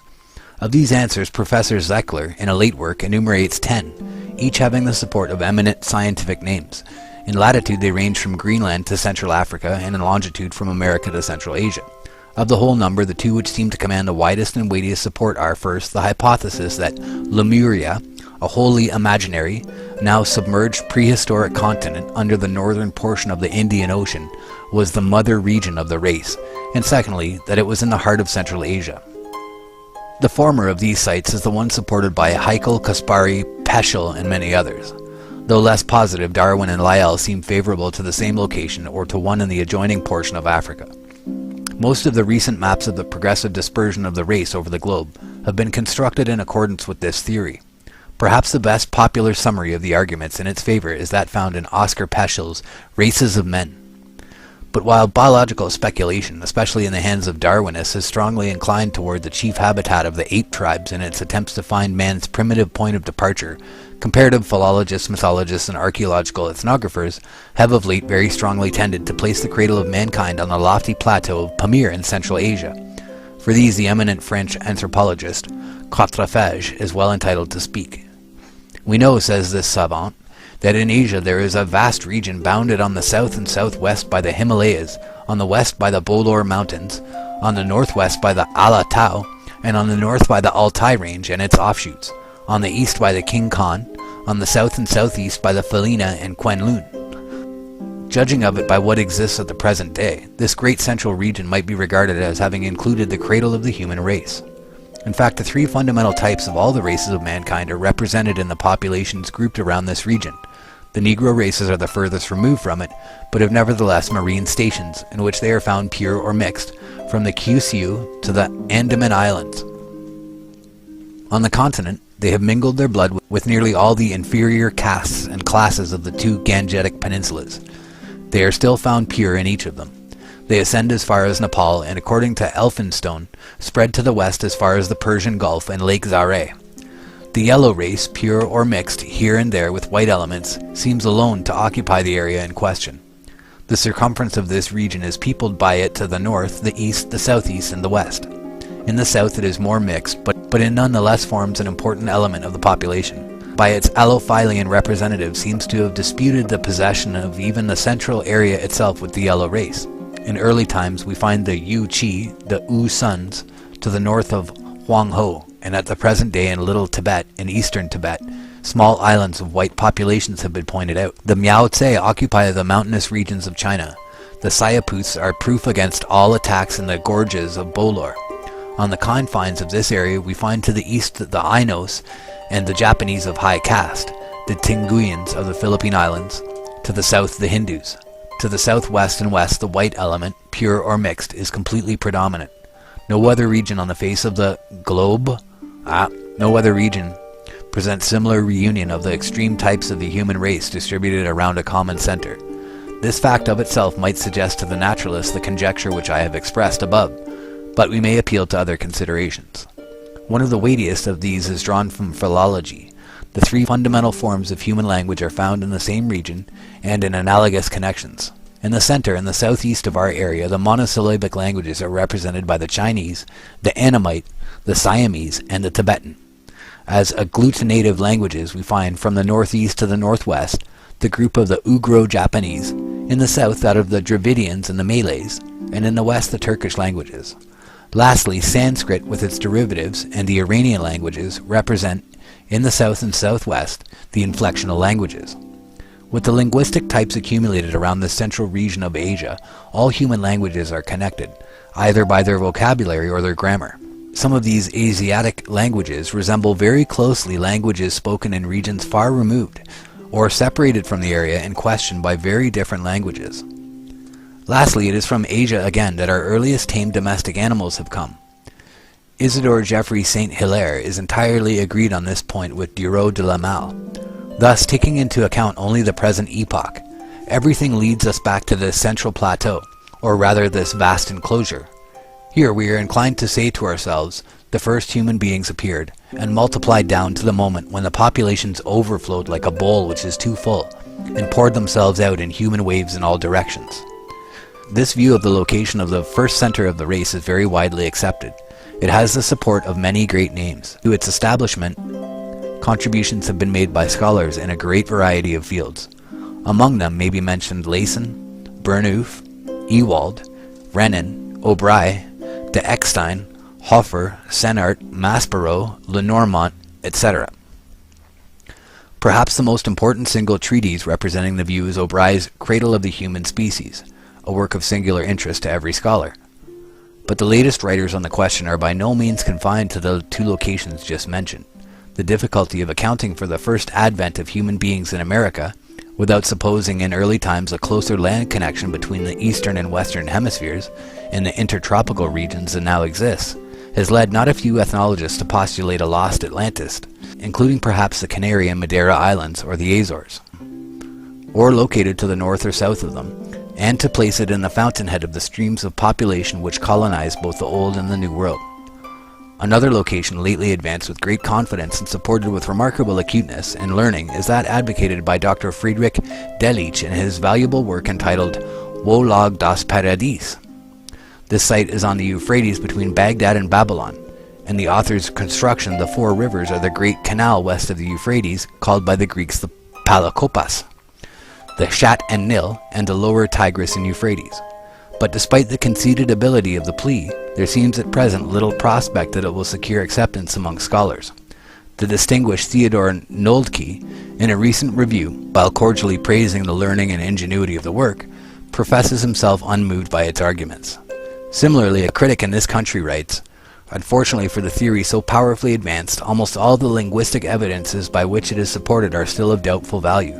The etymology of the Babylonian names in most cases, and the reading in some, being disputed by high authorities in this obscure field of inquiry. Were the linguistic points proved, it would be hard to resist the power of the argument, in spite of various difficulties arising from the scanty text of Genesis itself. As it is, although all other solutions of the knotty biblical problem may be subject to still graver objections, the following questions militate too strongly against Professor Delitzsch's solution. Why, if the stream of Eden be the middle Euphrates, is it left unnamed in the narrative? Though it is certain that the Hebrews were perfectly familiar both with the middle and the upper course of that river. Why, if the Pison and Gihon designate the canals Palakopas and Shat and Nil, are they said to compass the lands which the canals only traverse? If the lower Tigris be meant by the Hiddekel, why is this river described as flowing in front of Assyria, which lay above the central Mesopotamian lowland asserted to be Eden? How should a writer familiar with the whole course of the Tigris deem its lower part a branch of the Euphrates? Why should Cush, a name which commonly designated Ethiopia, have been used by the narrator in a sense in which it nowhere else occurs in the scriptures, without the least further definition? Why, on the other hand, is Havilah, if the Arabian borderland so well known to the Hebrews to be meant, so fully described by its products? Who tells us that the gold, the bdellium, and the shoham of Babylonia were also characteristic of the adjoining Havilah? But whether these objections in the present stage of Assyriological studies be fatal to the theory of Professor Delitzsch or not, we have no hesitation in saying that his dissertation, amplified as it is by the supplementary treatises on the ancient geography and ethnology of the Mesopotamian and neighboring countries of Canaan, Egypt, and Elam, is a perfect treasury of knowledge, made most accessible by excellent indexes, and probably the most brilliant production in all biblico-Assyriological literature. At the present writing, the latest monograph upon the subject is the one just published in the Revue de l'Histoire des Religions, from the pen of M. Beauvoir. This locates the Eden of ethnic traditions in America, and ascribes to the Celtic race no small influence upon the Greco-Roman mythology in the development of such ideas as those pertaining to the gardens of the Hesperides, the Isles of the Blessed, etc. The site advocated is not new, though the line of argument is fresh and scholarly. The hypothesis that the cradle of the race is to be sought in America has before found advocacy at the hands of J. Klaproth, Gobineau, and others. That this, however, is not to be the last and only word on the subject is evident from the fact that, in a huge work just from the press, an English writer says, "If there be an earthly original for the heavenly Eden, it will be found in equatorial Africa, the land of seething, swarming, multitudinous, and colossal life. This was the world of wet and heaven of heat, the land of equal day and dark, that supplied the two truths of Warti, Egyptian, the top of the world, the very nipple, the kapah, of the breast of earth, which is there one vast streaming fount of moisture quick with life.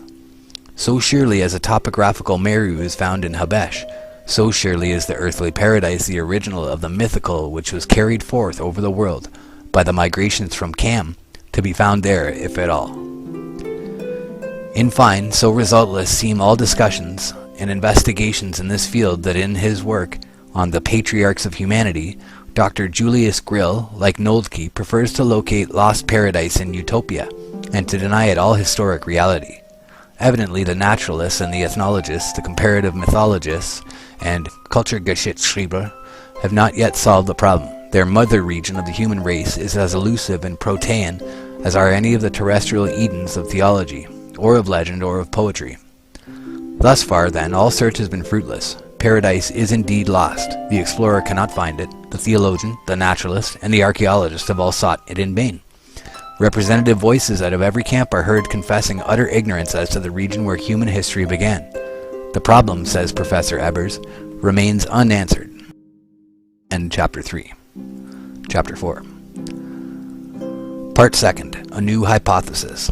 The hypothesis and its admissibility, its effect upon the problem, and its solution.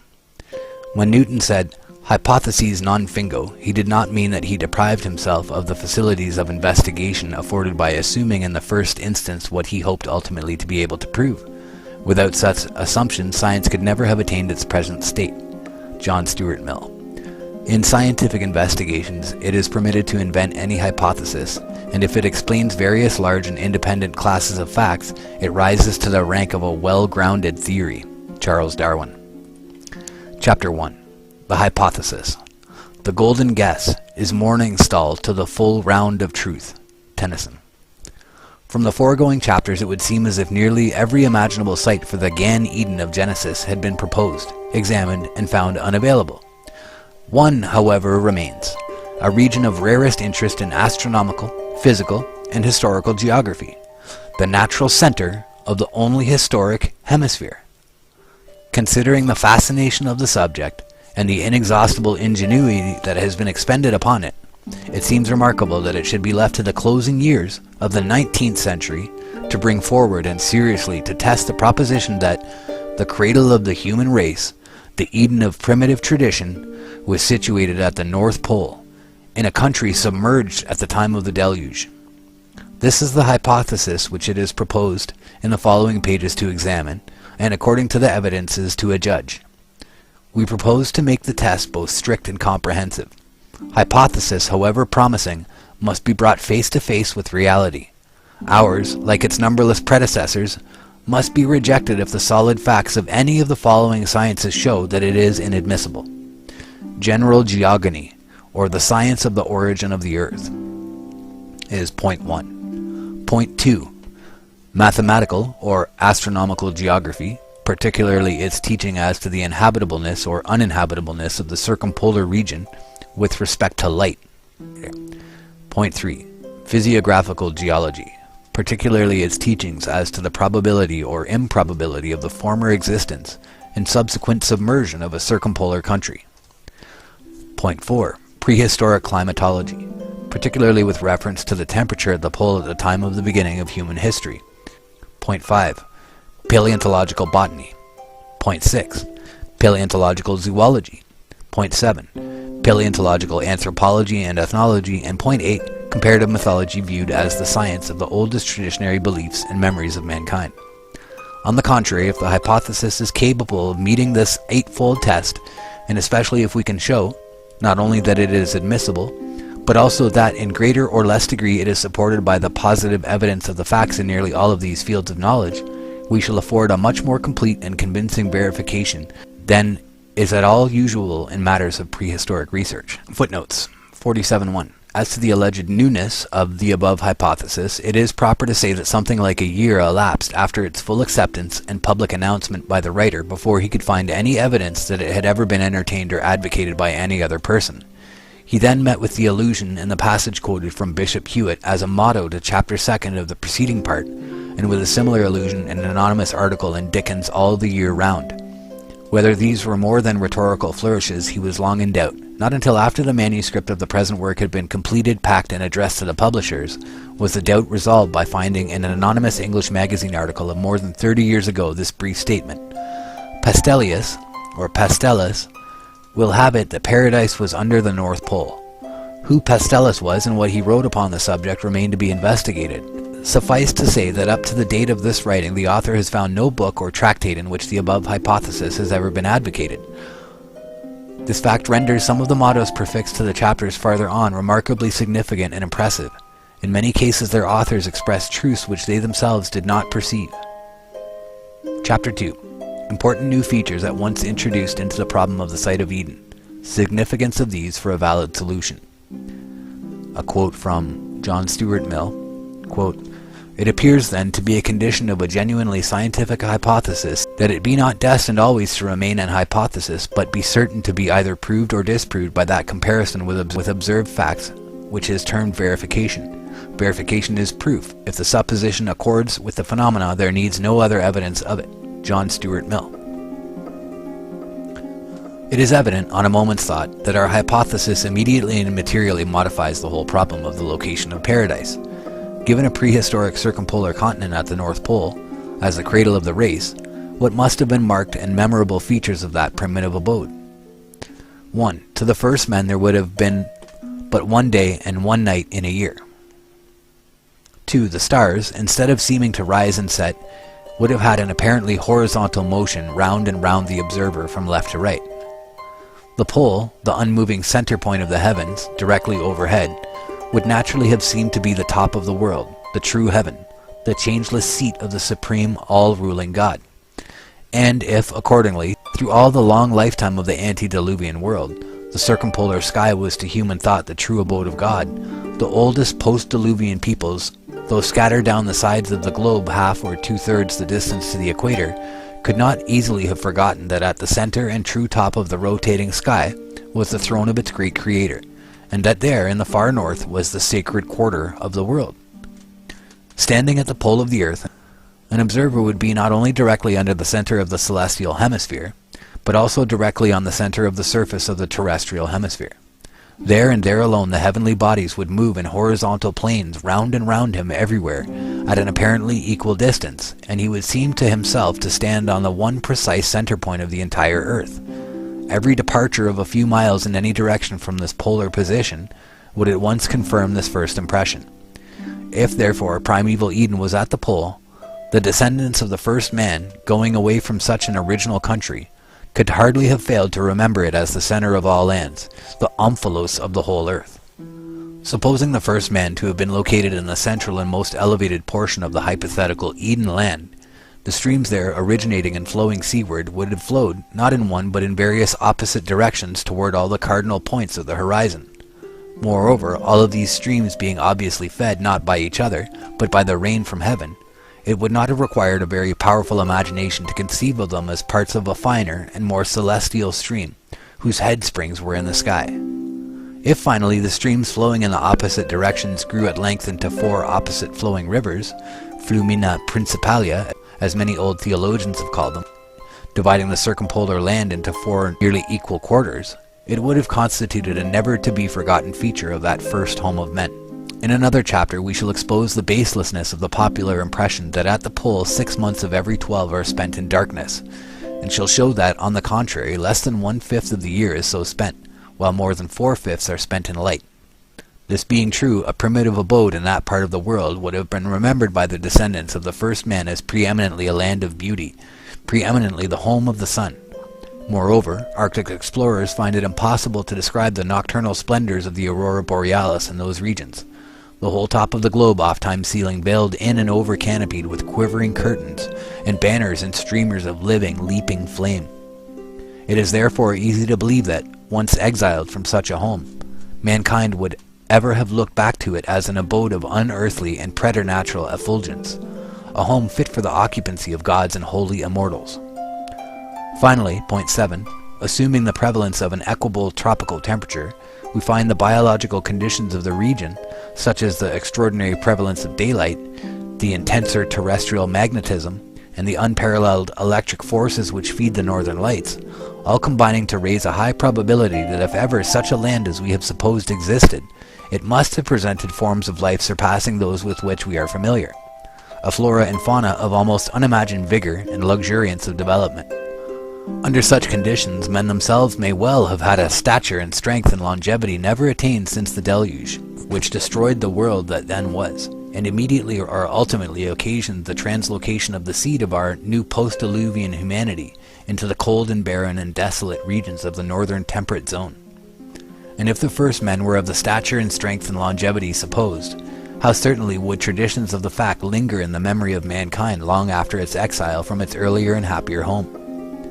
Glancing back now over these various points, one instantly sees that they present conditions of human existence totally unlike the conditions of life as we know it, or as it has ever been known in what are called historic ages. They necessarily modify in the profoundest manner the whole problem of the site of Eden. No solution ever heretofore presented exposed itself to refutation at so many points. None ever before postulated so extraordinary an adjustment of both heavens and earth. None ever before required, in order to its establishment, so incredibly wide a concurrency of testimony. Against no other has it ever been possible for the very stars in their courses to fight. If false, it demands of human tradition shadowy recollections of world conditions which have never existed in human experience. An hypothesis so peculiarly difficult must surely break down, if it be not true. Promising the reader, therefore, not a new ignis fatuus chase, but at least the satisfaction of a definite result as respects one hypothesis, we cordially invite his critical and patient attention to the facts to be presented in the following chapters. Part 3rd. The hypothesis scientifically tested and confirmed. Chapter 1. The testimony of scientific geogony. Chapter 2. The testimony of astronomical geography. Chapter 3. The testimony of physiographical geography. Chapter 4. The testimony of prehistoric climatology. Chapter 5. The testimony of paleontological botany. Chapter 6. The testimony of paleontological zoology. Chapter 7. The testimony of paleontological anthropology and ethnology. Chapter 8. The conclusion of this part. Quote, "It follows that man, issuing from a mother region, still undetermined, but which a number of considerations indicate to have been in the north, has radiated in several directions, that his migrations have been constantly from north to south." Le Marquis de Saporta, in Popular Science, 1883, page 753. Eine jeder Reis der Ehemaligen Inventio. Okay. Every journey undertaken after the ice-gated island world in the north of America knows of signs of the former presence of a people inhabiting lands which today seems to be no longer a human foot. Dr. F. Boas, in the Journal of the Society for Geography in Berlin, Volume 18, 1883, page 118. Could it once be proven that the Arctic terminus of the Earth has always been the icebound region which it now is, and which for thousands of years it has been, it would of course be useless to entertain for a moment the hypothesis that the cradle of the human race was there located. Probably the popular impression that from the beginning of the world the far north has been the region of unendurable cold has been one of the chief reasons why our hypothesis is so late in claiming attention. At the present time, however, so far as this difficulty is concerned, scientific studies have abundantly prepared the way for the new theory. That the Earth is a slowly cooling body is a doctrine now all but universally accepted. Okay. The problem is that he still thinks of the Earth as a ball.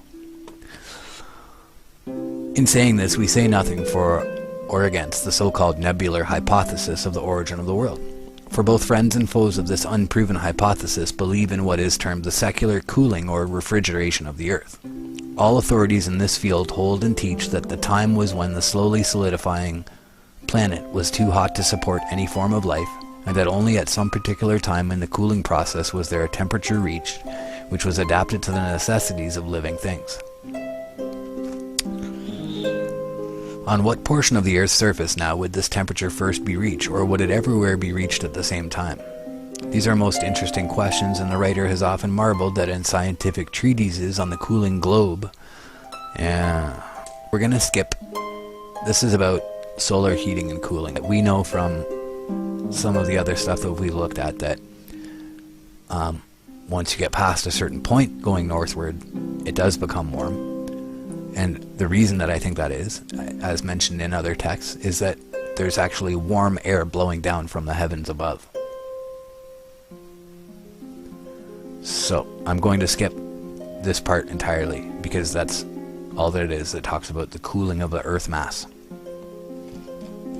And it has absolutely no bearing. So we're going to skip that chapter. The testimony of astronomical geography.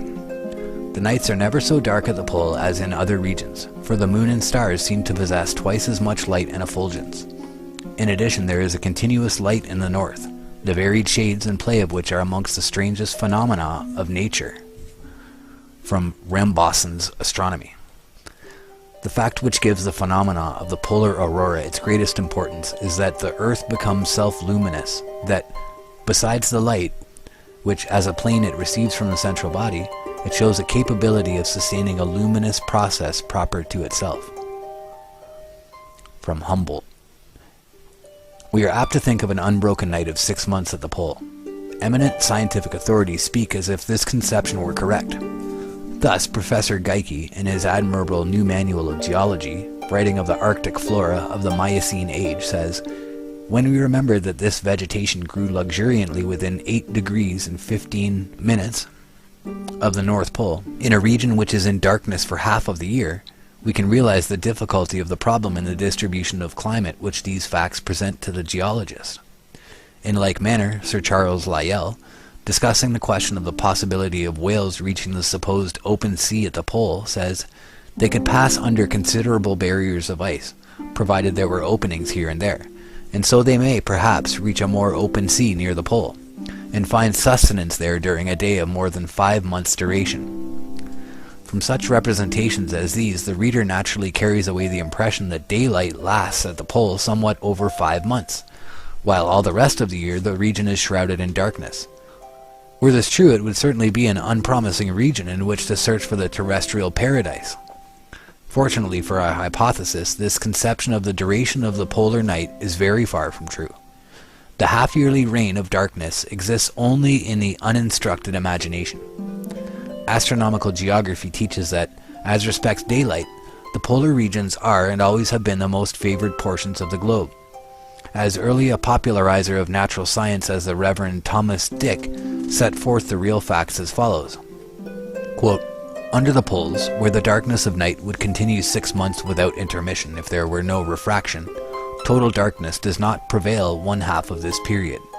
When the sun sets at the North Pole, about the 23rd of September, the inhabitants, if any, enjoy a perpetual aurora till he has descended 18 degrees below the horizon. In his course through the ecliptic, the sun is 2 months before he can reach this point, during which time there is a perpetual twilight. In 2 months more he arrives again at the same point, namely 18 degrees below the horizon, when a new twilight commences, which is continually increasing in brilliancy for other 2 months, at the end of which the body of this luminary is seen rising in all its glory, so that in this region the light of day is enjoyed in a greater or less degree for 10 months, without interruption by the effects of atmospheric refraction. And during the 2 months when the influence of the solar light is entirely withdrawn, the moon is shining above the horizon for 2 half months without intermission, and thus it happens that no more than 2 separate fortnights are passed in total darkness, and this darkness is alleviated by the light of the stars and the frequent coruscations of the aurora borealis. Hence it appears that there are no portions of our globe which enjoy throughout the year so large a portion of the solar light as these northern regions. Striking as is this account of the polar day, it is noteworthy that experience has repeatedly shown that the actual duration of light in high latitudes exceeds even the calculations of the astronomers. Thus, in the spring of 1893, the officers of the Austrian expedition, under Lieutenants Weyprecht and Payer, were surprised to behold the sun 3 days before the date on which he was expected to rise. A late writer thus states the case: in the latitude of 79 degrees 15 minutes north, in which the Tegethoff was lying, the sun ought to reappear above the horizon on the 19th of February, but, owing to an effect of refraction, due to the low temperature prevailing, minus 30 degrees, the explorers were able to salute its rays 3 days earlier. Lieutenant Payer's own account is as follows: though the sun did not return to our latitude, 78 degrees 15 minutes north, 71 degrees 38 minutes east longitude, till the 19th of February, we were able to greet his beams 3 days previous to that date, owing to the strong refraction of 1 degree and 40 minutes which accompanied a temperature of minus 30 degrees. Still more remarkable was the experience of Barentz's Arctic expedition almost 300 years ago. Dr. Dick alludes to it as follows: the refractive power of the atmosphere has been found to be much greater, in certain cases, than what has now been stated. In the year 1595, 1596 and 7, a company of Dutch sailors having been wrecked on the shores of Novaya Zemlya, and having been obliged to remain in that desolate region during a night of more than 3 months, it was a little less than 3 months, beheld the sun make his appearance in the horizon about 16 days before the time in which he should have risen according to calculation, and when his body was actually more than 4 degrees below the horizon. The only explanation of this astonishing phenomena which the same writer offers is found in this appended clause, which circumstance has been attributed to the great refractive power of the atmosphere in those intensely cold regions. This is so unsatisfactory that not a few prefer to believe what seems entirely incredible, namely that Barentz and his men in the short space of less than 3 months made a blunder of 16 days in their time record. Not likely. Professor Nordenskjold has recently referred to the case as follows: on the 4th November, the sun disappeared and was again visible on the 3rd Feb through the 24th Jan. These dates have caused scientific men much perplexity, because in latitude 76 degrees north, the upper edge of the sun ought to have ceased to be visible when the sun's south declination in autumn became greater than 13 degrees, and to have become visible again when the declination again became less than that figure. That is to say, the sun ought to have been seen for the last time at Barentz's ice haven on the 7th and 11th October, and it ought to have appeared again there on the 14th through the 4th of Feb. It has been supposed that the deviation arose from a considerable error in counting the days, but this was unanimously denied by the crew who wintered. In a footnote he gives proofs which seem convincing that no such error can have been committed. But while these experiences of Barentz and the Austrians point to a duration of darkness at the pole of less than 60 days out of the 365, some apparently good authorities extend the period to 76 or 77 days.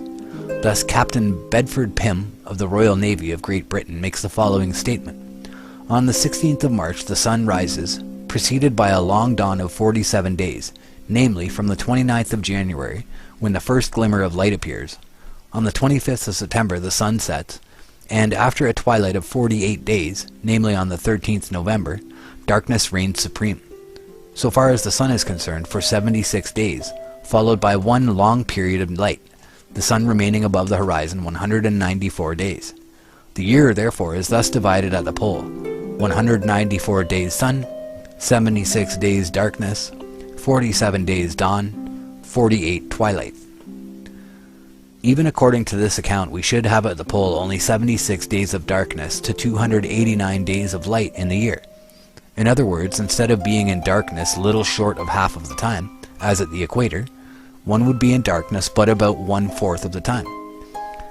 As far as light is concerned, therefore, even on this calculation, the polar region is twice as favorable to life as any equatorial region that can be named. But whence this discrepancy amongst the astronomers? Why should some of them make the polar night 16 days longer than others? The simple answer is that they proceed upon different assumptions as to atmospheric refraction in the region of the pole. In our latitude, twilight is usually reckoned to begin when the center of the rising sun is yet 18 degrees below the horizon. Starting with this as the limit and counting sunrise and sunset to be the moments when the sun's upper limb is on the horizon, we arrive at the division of the polar year given by Captain Pym. But astronomers say that in England, twilight has been observed when the sun was 21 degrees below the horizon. To be entirely safe, some have therefore taken 20 degrees as the limit of solar depression, and reckoning with this datum, instead of the 18 degrees before mentioned, have found that at the pole the morning twilight would begin January 20th, and the evening twilight would cease November 21st. This would make the period of darkness but 60 days, and the period of light 305. Thus a difference of only 2 degrees in the assumed limit of solar depression at the beginning and end of the twilights makes the difference of 16 days in the supposed duration of darkness, which of the two calculations, writes an eminent American mathematician, is the more correct is known, I imagine, by no one. To us in the present discussion, the discrepancy is of very little moment. It is only a question as to whether the pole there is daylight 3/4 or 5/6 of the year. Both suppositions may be and probably are wrong. For if in tropical climates 16 or 17 degrees is said to be a sufficient allowance for the extreme solar depression, while on the other hand it is said in England to vary from 17 to 21 degrees, it certainly looks as though in yet higher latitudes the light of the sun might be discernible when its body is as much as 21 or 22 degrees below the horizon, and this would reduce the annual polar darkness to less than 50 days. This supposition is rendered the more probable by the fact that, while the expeditions already alluded to have found much more of daylight than their astronomical calculations had led them to expect, we have no offsetting accounts where the sun was weighted in vain. The final and authoritative settlement of the question can be reached only by actual observation. Among the fascinating problem whose solution awaits the progress of Arctic exploration, we must therefore place the scientific determination of the unknown duration of the polar day.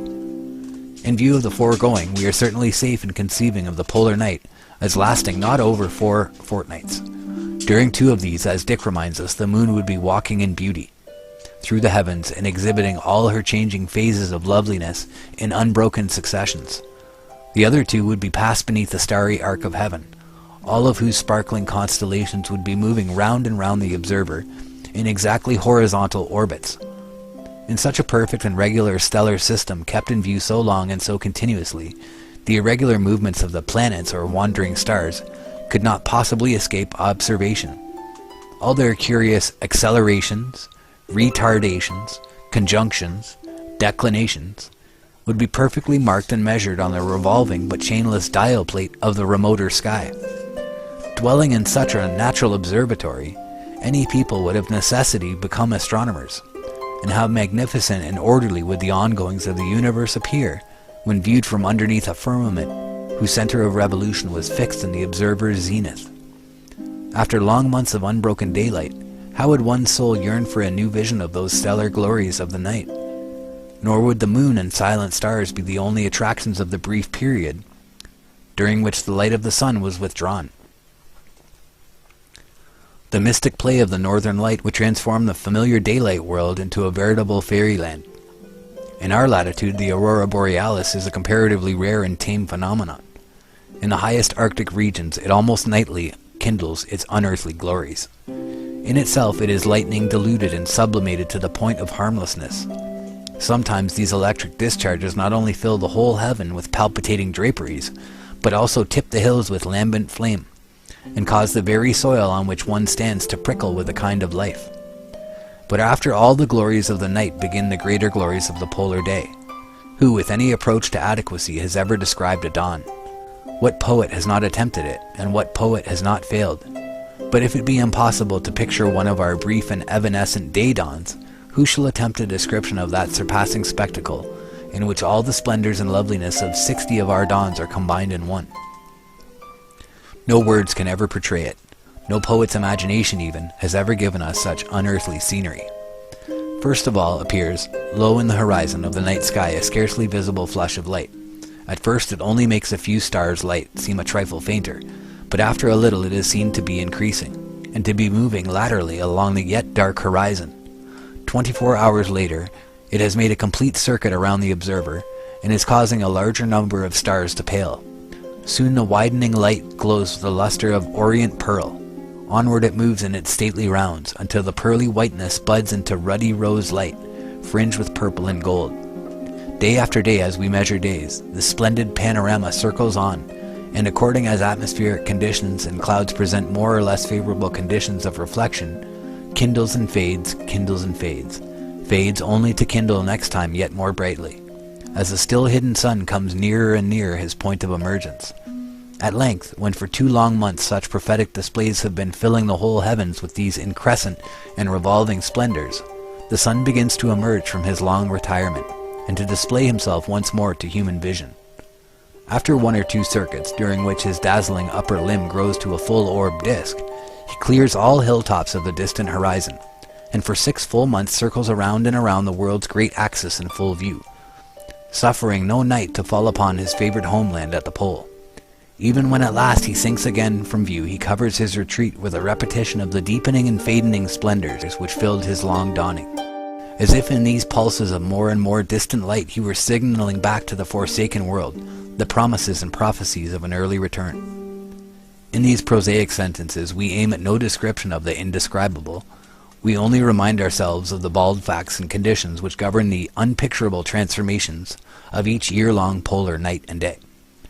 Enough, however, has been said for our purpose. Whoever seeks as a probable location for paradise, the heavenliest spot on earth with respect to light and darkness, and with respect to celestial scenery, must be content to seek it at the Arctic Pole. Here is the true city of the sun. Here is the one and only spot on earth, respecting which it would seem as if the Creator had said, as of his own heavenly residence, there shall be no night there.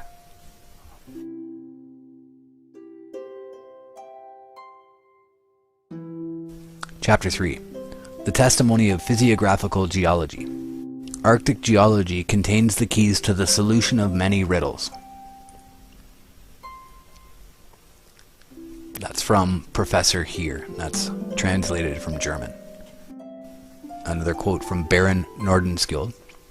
An extensive continent occupied this portion of the globe when these strata were deposited. Baron Nordenskjöld. Our hypothesis calls for an antediluvian continent at the Arctic Pole. It is interesting to find that a writer upon the deluge, writing more than 40 years ago, advanced the same postulate. Is the supposition that there existed such a continent scientifically unadmissible? So I'm going to pause here. Chapter 3, The Testimony of Physiographical Geology.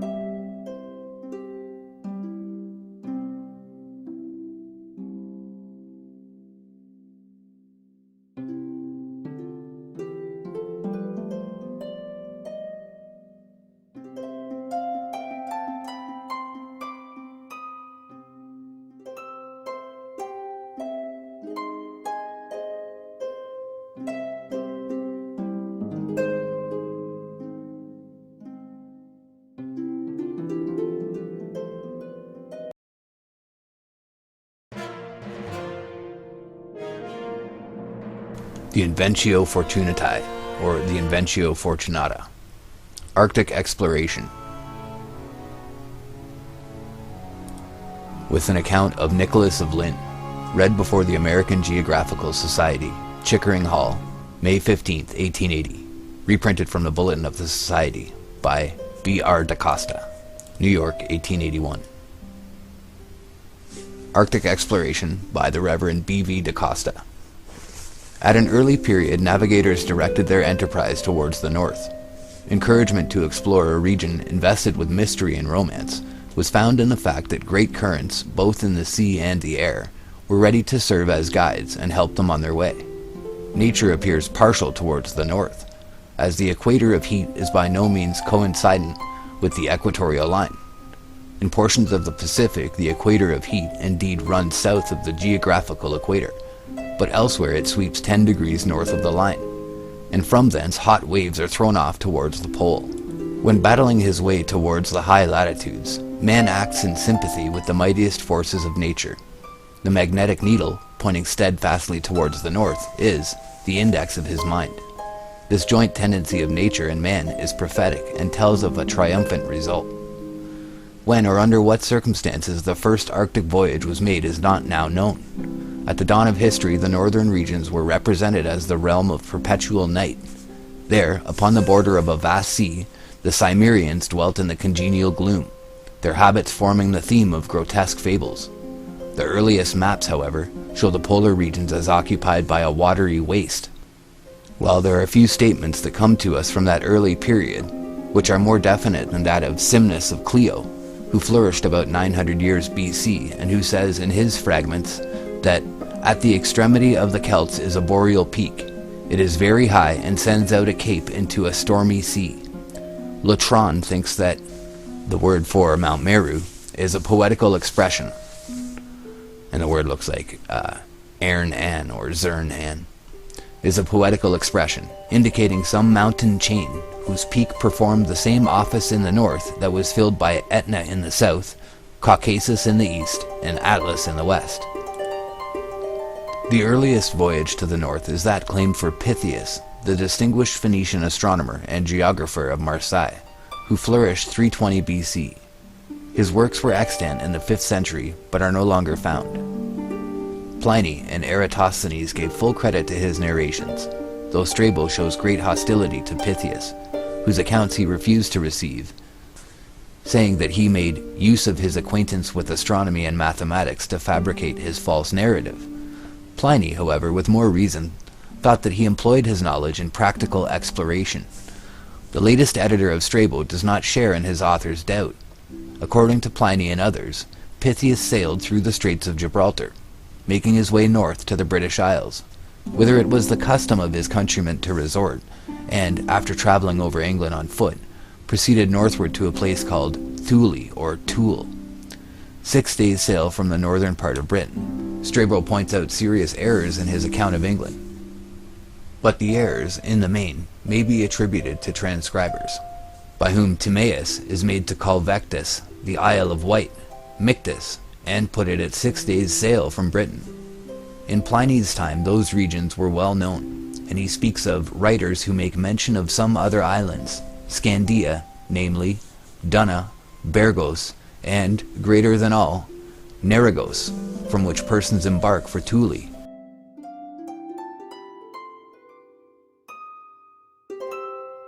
Pliny's Natural History, Book 2, Chapter 75, and Book 4, Chapters 13, 30, and 36, or 80 and 86. Strabo says, "It is true that Pytheas of Marseille affirms that the farthest country north of the British Isles is Thule, for which he says the summer tropic and the Arctic Circle is all one. But he records no other particulars concerning it, whether Thule is an island, or whether it continues habitable up to the point where the summer tropic becomes one with the Arctic Circle." Book 2, Chapter 5, 8. Strabo's editor says on this, that the summer tropic being placed at 24 degrees from the equator by Strabo, and most probably by Pytheas, the latitude of Thule or Iceland would be fixed at 66 degrees north, which corresponds with the north of Iceland, where the two tropics would join and become one. To the foregoing may be added another criticism on Strabo, which has an effect opposite to that intended, as the marine sponge is nothing but the soft ice which forms in the north. It is likewise he who describes Thule and other neighboring places where, according to him, neither earth, water, nor air exists separately, but a sort of concretion of all these resembling marine sponge, in which the earth, the sea, and all things were suspended, thus forming as it were a link to unite the whole together. It can neither be traveled over nor sailed through. Book 2, Chapter 4, 1. So this is the piece that I've read from previously in another movie that I did a long time ago. But this is the interesting part that comes from Pliny and Strabo regarding the pole, saying that there is a concretion where, according to him, neither earth, water, nor air exists separately, but as a sort of concretion, in which the earth, the sea, and all things were suspended, thus forming, as it were, a link to unite the whole together. It can neither be traveled over nor sailed through. So this would be this sort of conglomerate point at the center of the earth, at the very XY axis of all of space and time, or all of the earth that we know. And that there would be a sort of either a portal there, or that this is where Mount Meru is, or that somewhere around here that there's, activity that is unnatural or supernatural to what we know. So carrying on, when we're talking about the islands there, we're talking about, again, Scandia, Narragos, and the other islands there, from which persons embark for Thule. At one day's sail from Thule, he adds, is the frozen ocean, which by some is called the Cronian Sea. There has been a division of opinion respecting the locality of the place forming the point of departure for Thule, or Iceland. By some, Scandia is identified with Scandinavia, Bergos with the modern Bergen, and Narragos as the northern part of Norway, though Gosselin is of the opinion that Bergos refers to the Scottish island of Barra, and Narragos to one of the northern promontories called Neri. However this may be, it is evident that, in the time of Pliny, and long before, there were those who knew of the island of Iceland, which was reached either from the Orkneys or from the coast of Norway. We incline strongly to the latter opinion, as Bergen, in Norway, from time immemorial, has been a point of departure for Iceland.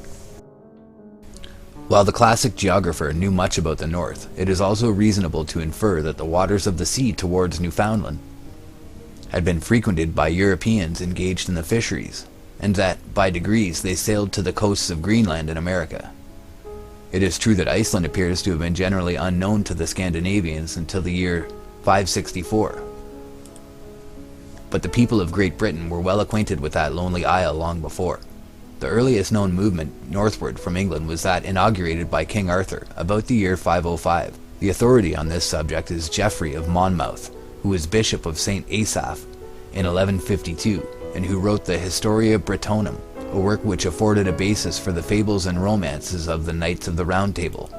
Nevertheless, whosoever inclines to turn from all the statements of Geoffrey, for the reason that they contain much that is untrue, should ponder the well-considered words of Hume, who says of the Prince of Silures, this is that author so much celebrated in the songs of Taliesin and the other British bards, and whose military achievements have been blended with so many fables, as even to give occasion for entertaining a doubt of his real existence.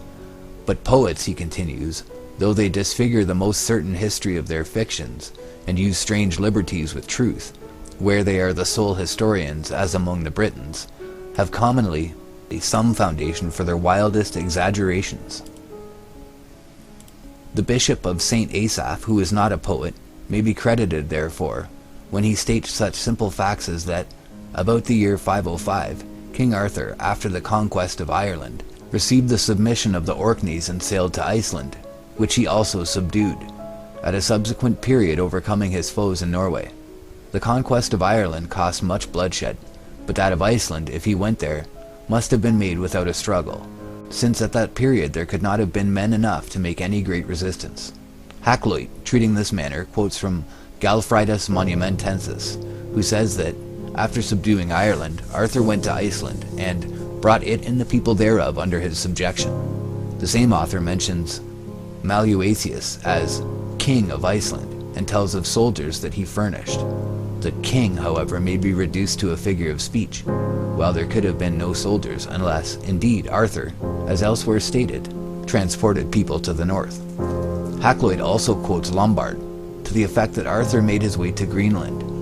But we can understand how the statement originated, since the map of Ptolemy made Greenland a western extension of Norway, the position of the country being misunderstood. It was very easy, therefore, for modern chroniclers to suppose that Arthur took Greenland on his way in his expedition to Norway, hence this error. Warren, who wrote in the 14th century, before the influence of Ptolemy's maps were generally felt, does not mention Greenland, though he says that Arthur carried the war into Iceland and fought with the Icelanders, whom he brought into subjection. Geoffrey of Monmouth does not allude to Greenland. Nevertheless, he is our authority for the statement that Arthur went to Iceland. It is possible that the Bishop of St. Asaph inferred that the northern island visited was Iceland, and it is also possible that, in such a case, he may have been in error. But this treatment of his statement is not required. That Arthur could have sailed to Iceland admits of no doubt, nor is there any reason for holding that there were no inhabitants there in 505. The fact that the Northmen found only a few monks in Iceland in 864 does not prove that the same was true 250 years earlier. Bede, who died in 725, knew of Iceland, and the prologue of the and Namabok speaks of both Irish and English books found there when the Northmen arrived.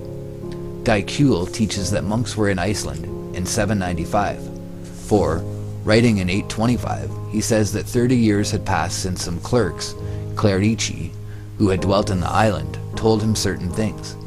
He also says that those who, in their writings, had described Iceland as surrounded by a sea of ice were quite wrong. And he proves the truth of his own account by the testimony of clerks who had voyaged to this island. He admits, however, that in voyages to the north of Iceland, they have found the sea frozen. Dicule also testifies that there are numerous islands 2 days and 2 nights to the north of Britain, and that a religious, worthy of faith, told him of a visit made by him in a small boat to one of these islands, which nearly 100 years before was inhabited by Eremites from Scotland. But Dicule says that these regions were abandoned on account of the ravages of the northern pirates, who were as innumerable as the birds of the sea. Thus it appears that Iceland was well known to the people of the British Isles long before it was inhabited by men from Norway. And we can readily understand how the population that probably existed in Arthur's time may have been reduced by piraterial incursions, until, in 864, the Norwegians found only a few anchorets dwelling there. The narrative of Geoffrey of Monmouth is, therefore, perfectly consistent with known facts, and the expedition of Arthur to Iceland may be regarded as historic. It is now apparent that, in the century before Dicule dated his book, the British Islands were in communication, and chiefly through the medium of the monks, who, as is well known, were bold and skillful sailors, pushing far out to sea in boats of wicker or hide. How long this communication was kept up by them cannot now be determined. It is probable that it was never suspended. The Anglo-Saxon map of the 10th century shows that the sailors and geographers of England were acquainted with the Northern Sea, the Anglo-Saxon map. Beyond Iceland was the open sea, into which Dicule's informants, the religious, whom he styles clerks, had so boldly sailed, until they reached the barrier of ice which bars the course of the explorer today. We have already seen that Arthur did not visit Greenland, yet that part of the north was reached about the time of Arthur admits of little doubt. It is true that the discovery of Greenland has been generally assigned to the period of Eric the Red, who went to Greenland in 985. Yet a bull of Pope Gregory IV, dated 770, refers to Greenland. The genuineness of this bull cannot be questioned, nor is there any reason to suppose that the reference to Greenland was interpolated. The Bollandists may indeed think that there is some mistake, but the explanation is easy and natural. When we take into consideration the known activity of maritime enterprise prior to Eric the Red, indeed the Irelandic chronicles distinctly say that half a century before the voyage of Eric, a great country was known at the west, being called Ireland the Great. It would seem that this country was first reached by the Irish, whose prior discovery was conceded by the Icelanders. The Irish had described it, evidently, as a land of verdure, while the saga says that Eric applied the name of Greenland to the part he visited, not from any fitness, but from motives of policy, saying that men would be persuaded to go to a land with so good a name. It is nowhere pretended that the name Greenland originated with Eric. His own account indicates that Europeans had visited Greenland before his time, which leads to the conclusion that the Irish had been in the country, and that the reference to Greenland in the Bull of 770 is correct. In the year 1187, Giraldus Cambrensis wrote his Topographia Hibernica, and in his work he speaks of Iceland, which is described as a great island 3 days' sail northward from Ireland. The people are represented as of few words, but truthful. Giraldus shows that he understood something of the nature of their government, in saying that their priests were their kings. Approaching the 13th century, the age appears to be one of maritime activity. Necker, abbot of Cirencester, who died in 1217, was acquainted with the use of the compass. In the 14th century, Barber said of the party accompanying King Robert of Scotland from Arran to Carrick, "Dana nadil hadna stain," showing that those things were familiar to navigators. Here, therefore, it will be necessary to introduce Nicholas of Lynn, who, in 1360, made a voyage to the high north. But, before attempting the particular consideration which seems to be required, it will be necessary to glance at the condition of northern maritime enterprise during the 14th and 15th centuries. In the 14th century, the fisheries were commonly pursued around Iceland, whose people were in regular communication with Greenland. The English also must have known of Greenland at the time, though in common with the people of Iceland and Norway, they did not appreciate the importance of this knowledge. In the 14th century, proof is found both in the Icelandic and English annals of the connection between the two countries.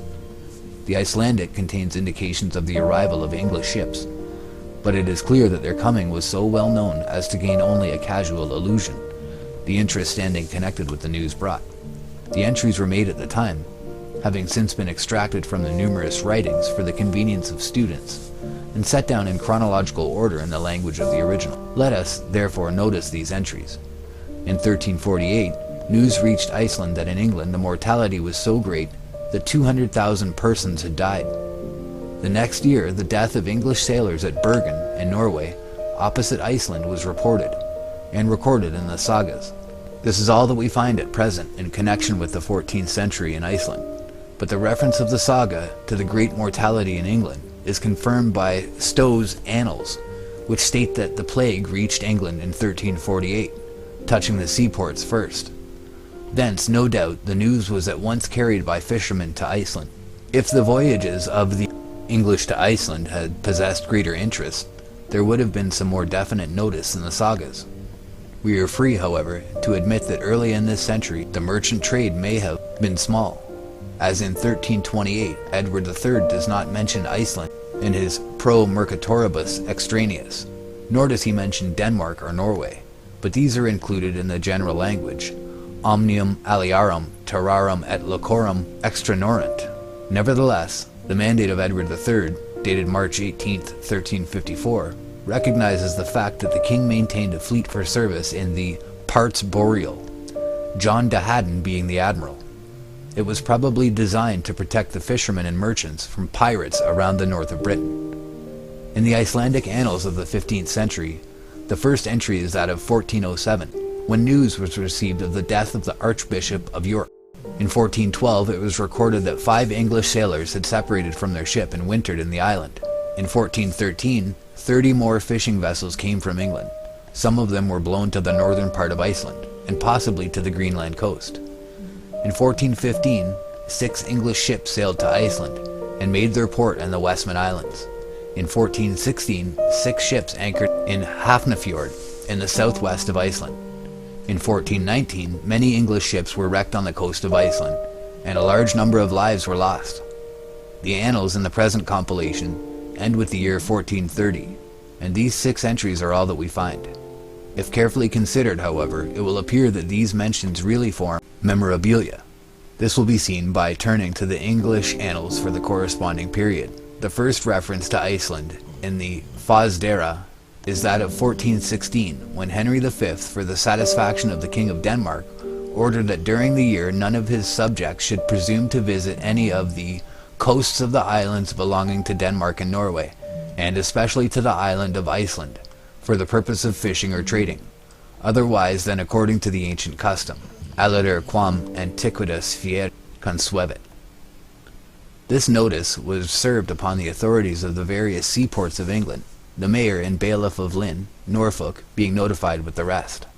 Here then we learn in connection with 1415 that in the ancient times voyages to Iceland had become frequent. It is clear from the complaint of the Danish king that the old rules respecting traffic had been broken habitually, and that they were now to be observed at least for 1 year.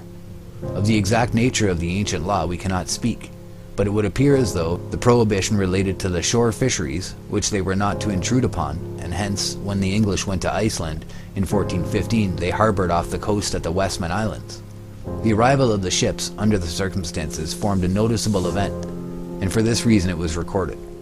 The Icelandic annals add, immediately after mentioning their arrival, that the ships brought letters from the King of England to the people and the chief men of Iceland, to the effect that license should be accorded to transact business, and especially that relating to the king's own ship. The annals state that the matter was duly arranged. It will be noticed too that one of these ships belonged to the King of England. It was evidently a cruiser of the Royal Navy.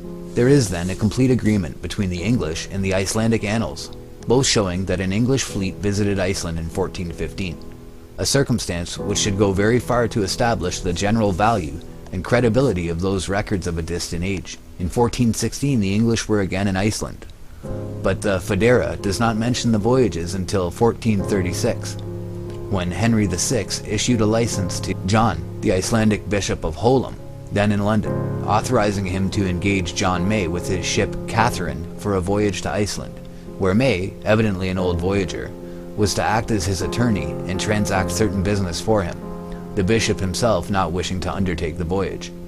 In 1430, Richard Weston of London, a stockfishmonger, was well known by the Icelanders. Reading this little note here from the Ebed, these supplies were sent to the Bishop of Skelboli, who alone was authorized by the Synod of Denmark to supply the elements of the sacraments to the churches. In 1440, Henry VI sent 2 ships to Iceland, with supplies to be exchanged for such commodities as the inhabitants possessed. It was feared that without this aid from England, the sacraments even would be omitted, there being neither wine nor salt in the country, and only milk and water.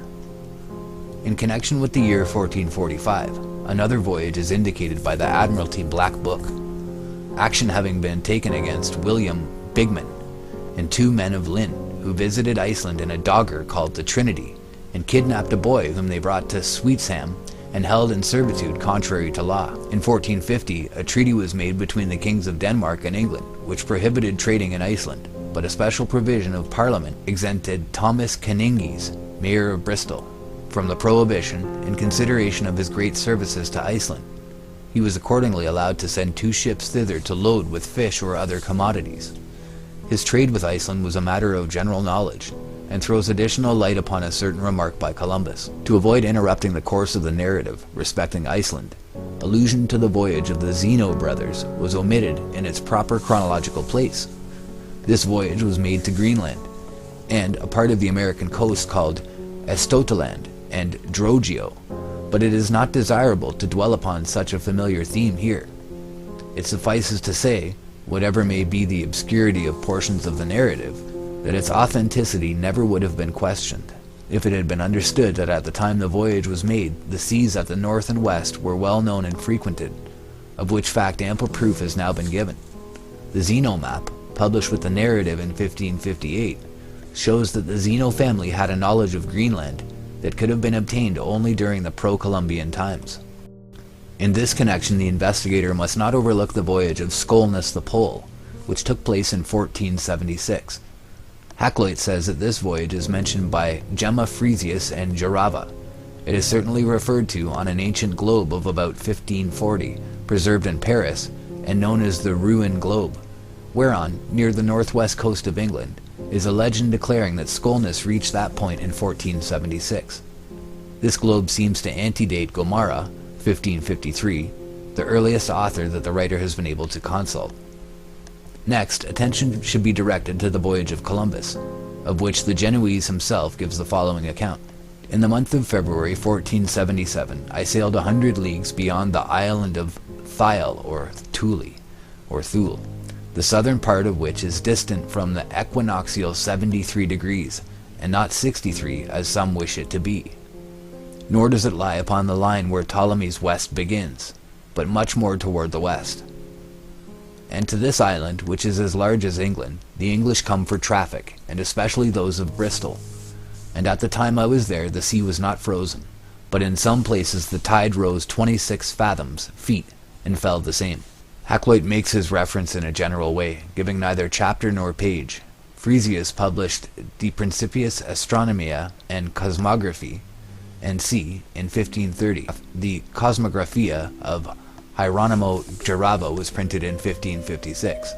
Gomara mentions Skolnus in his Historia, chapter 36, edition 1553. See the Sailing Directions of Henry Hudson, page 23, in connection with Whiteflight and Pontanus.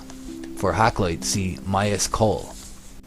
Okay, and I'm going to skip down. Historia de Esti Fernando Columbus. Braccia is evidently a clerical error, as the original Spanish will doubtless show, if ever found, that Columbus was familiar with the map in the Ptolemy of 1485, showing the northern regions with Greenland as an extension of Europe can hardly be doubted. His remark respecting Thule or Thyle appears to be intended almost as a correction of this map, on which the Orcads and Thule are laid down north of Scotland, Thule being in 63 degrees north, while it appears again further north as Icelandia. Whoever wrote the life of the admiral, there is no question but that he made the voyage. Finn Magnusson has pointed out an interesting confirmation of the statement of Columbus respecting the mild weather in 1477, where he shows, from the annals, the remarkable fact that in 1477 snow had not been seen at Eyjafjord in the north of Iceland as late as March. To this period belongs the voyage of Robert Alcock of Hull, who in 1478 was commissioned by Edward IV to send a ship of 240 tons to Iceland, which was to reload with fish or other goods. He was licensed again in 1483. Chancer, in the prologue to the Canterbury Tales, shows by his shipmen something of the activity of the British sailor in the time of Nicholas of Lynn. It is said that, of nice conscience took he no keep, but of his craft to reckon well his tides, his streams and his strands him besides, his harbor, his moan, and his load-mange. There was none which from Hull unto Carthage. He knew well all the havens as they were, fro Gotland to the Cape to Finisterre. An indication more to our present purpose is found in the poem on the policy of keeping the sea, which belongs to the middle of the 15th century. At that time the northern region was so well known that the author of the poem disposes of the subject briefly.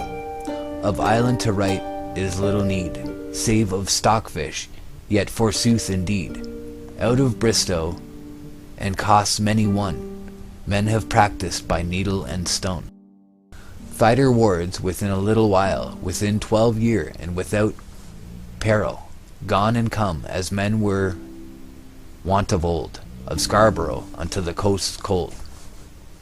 Thus, at the time when the poet wrote, Bristol had revived her old enterprise. The maritime enterprise of this period is greatly underrated by Mr. Froude. The sketch thus given of maritime enterprise towards the north, and especially during the 14th and 15th centuries, is quite general. It would be easy to swell the citations from various sources, among which may be mentioned the voyages to the west of Ireland, so well known to Columbus, as his biography proves. Yet enough has been said to show the real character of the period in which Nicholas of Lynn flourished. The times, both before and after the general date assigned to his voyages, were marked by great activity, and expeditions to the north were so common that neither the English nor the Icelanders took the trouble to mention them, except when they stood connected with circumstances of particular interest. The intercourse between Iceland and England was so frequent that sailors like John May, who served as the representative of the Bishop of Holm, must have acquired a fair knowledge of the language spoken in that distant isle. Indeed, at one time, under the Normans, the Icelandic tongue gave a person the advantage at the courts of both England and France. but enough has been said to prove that the voyage of Nicholas in 1360 formed no novelty. It was the alleged circumstances attending his voyage that rescued his name from oblivion. His actions take their place with entire naturalness in the annals of his age, there being nothing in the nature of the voyage towards the pole to challenge belief. But it will be proper here to speak of Nicholas himself. Quaint Andrew Fuller, in his Worthies of England, says that no country doth carry a top and gallant more high in maritime affairs than Norfolk, and in speaking of the seamen, bids none be offended if a friar be put in front of all the rest. The friar alluded to was Nicholas of Lynn. This individual was born in Lynn, Norfolk, at the end of the 13th century, or at the beginning of the 14th.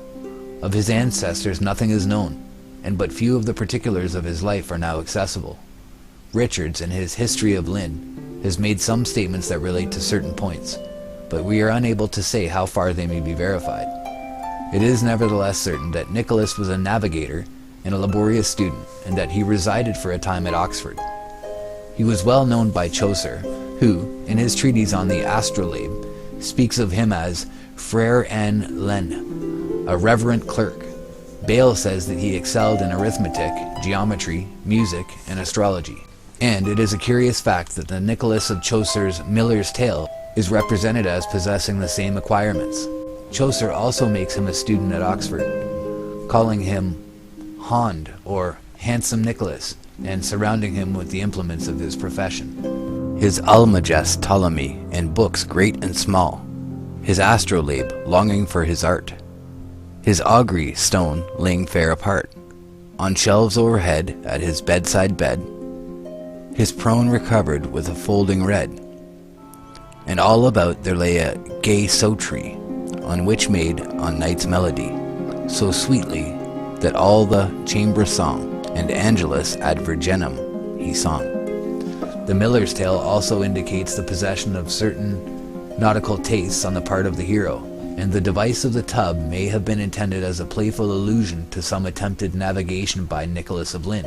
It is possible, therefore, though Chaucer speaks of him with much respect in his work on the Astrolabe, that in this tale, several versions of which have been brought out by the Chaucer Society, he makes an allusion to some adventure which happened while he was a student, and before he had acquired the character of a reverent clerk.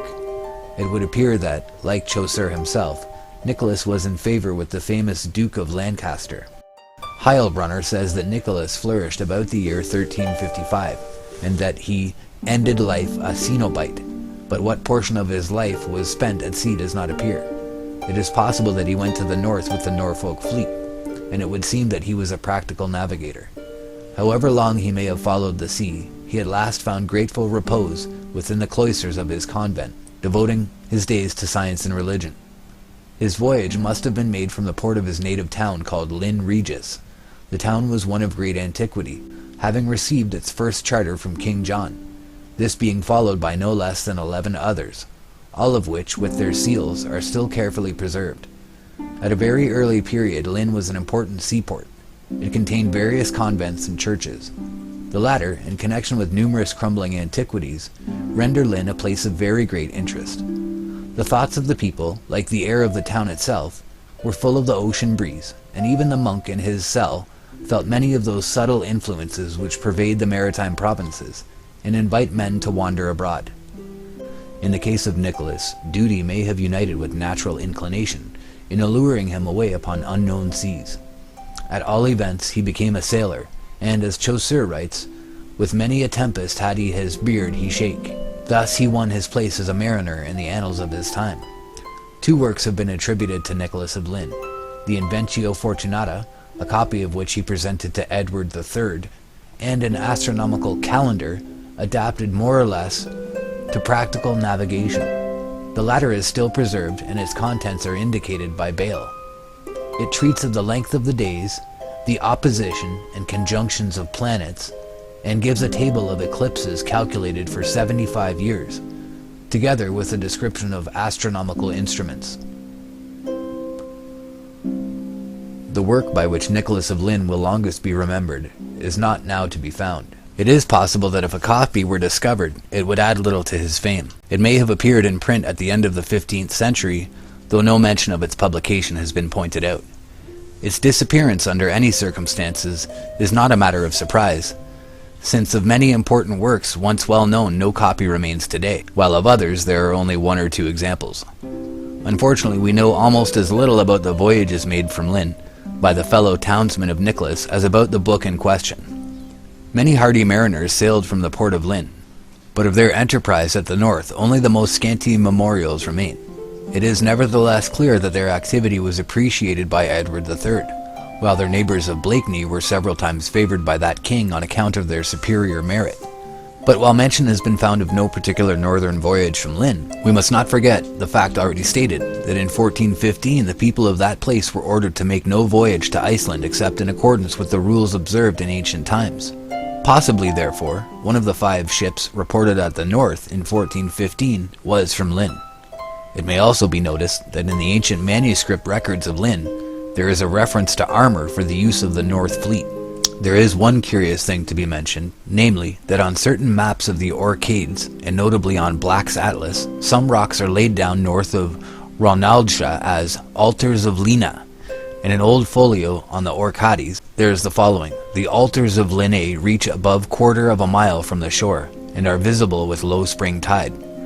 Thus far, however, it has been impossible to discover any tradition in connection with these rocks, though it may perhaps be admissible to suppose that, in voyaging northward, Nicholas was accustomed to stop at the Orcades, and that in some way his name became connected with these rocks, which formerly must have risen high above the sea, presenting a marked appearance suggestive of altars. Among the manuscripts of Sir Thomas Hare at Stowe Hall is one which, under date of March 16th, 1337, mentions a ship at Lynn called the Petra, Edmund Ferrers of Wiggindale being master. It would be useless to indulge in any speculations concerning the connections that may have existed between Nicholas and John de Haddon, admiral of the fleet for the Parts Boreal. The British Navy was founded by Alfred the Great, and in the 14th century it was, in a sense, a recognized institution. In 1354, de Haddon appears to have used both Hartlepool and Newcastle upon Tyne as naval stations, the latter being not far from Lynn, while the former, situated on the coast of Durham, afforded a most convenient base for operations towards Iceland, whither, as we have seen, one of the king's ships went with a trading fleet in 1415. In the 14th century, Ranulphus Higden wrote his well-known Polychronicon, but, though a contemporary of Lynn, he makes no reference to his voyage. Higden died about the year 1363, while the voyage of Nicholas is set down for 1360. The early part of the work, where the reference to Nicholas would belong, was probably composed sometime before his death, and possibly prior to 1360. Higden, therefore, may have known Lynn in his voyage, though he fails to mention him. Higden gives a description of Iceland, based more or less on Giraldus Cambrensis, and adds a map of the world, upon the northern part of which Iceland appears as tile. The earliest allusions to the Inventio Fortunatae of Lynn is found upon the margin of a map by John Ruysch, which appeared at Rome in the Ptolemy of 1508. On this map is a legend somewhat to the following effect. It is written in the book of the Fortunate Discovery that, under the Arctic Pole, there is a high magnetic rock, 33 German mile in circumference.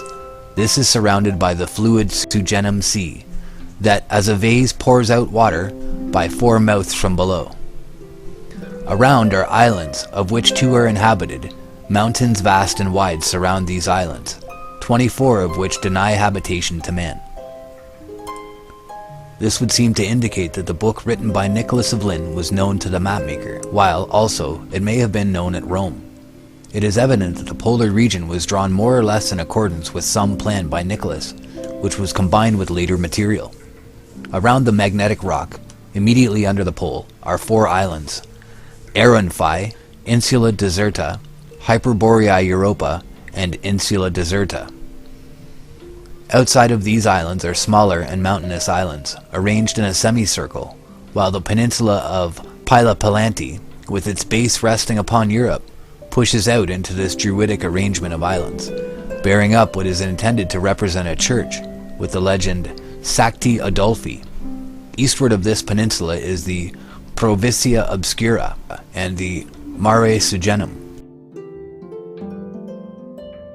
Westward of Berge Extrema another peninsula enters the group of islands, which is pierced by Planura de Berga at the extreme west. The Mare Sugenum also fills the west. South of Gravenland is Terra Nova, or Newfoundland. From the Mare Sugenum, the water flows northward through the 4 openings into the polar basin. The arrangement is curious, yet not wholly without resemblance to what is found in nature, for what is called the polar basin is fed by several vast streams pouring into it from the warm regions at the south. These streams also create countercurrents, which flow southward, bearing enormous quantities of the heaviest ice. Nicholas of Lynn doubtless understood something of this fact, but it would appear from the use he made of Giraldus Cambrensis, who wrote in 1187, that unfortunately he gave the author of Topographia Hibernica the credit of being better informed than himself. The monk of Lynn was clearly indebted to Giraldus for the description of the streams. In turn, Giraldus refers to the philosophers who described them. A section of the map of Reusch, 1508. We'll flip through a few of them, and you can have a look at the islands that he's talking about here.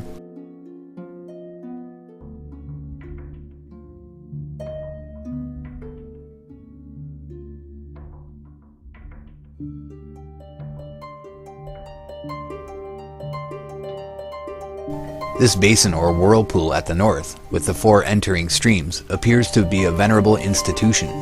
Yet it may, after all, be founded upon what is observed today, in connection with the Gulf Stream and the Kuru Siro, and may be connected with the observations of such navigators as Pytheas, who went to the north. The magnetic rock under the pole, on the map of Reusch, or rather, we may perhaps say, of Nicholas, deserves attention, as it has been claimed that the monk had applied his mind to one of the most difficult of problems, and that the magnetic mountain stands for the solution thereof. The attention of Humboldt does not appear to have been drawn to Nicholas, but in treating the history of the magnet, the great investigator calls attention to the fact that, on the remarkable chart of America, appended to the edition of the Geography of Ptolemy, published at Rome in 1508, we find the magnetic pole marked as an insular mountain north of Greenland.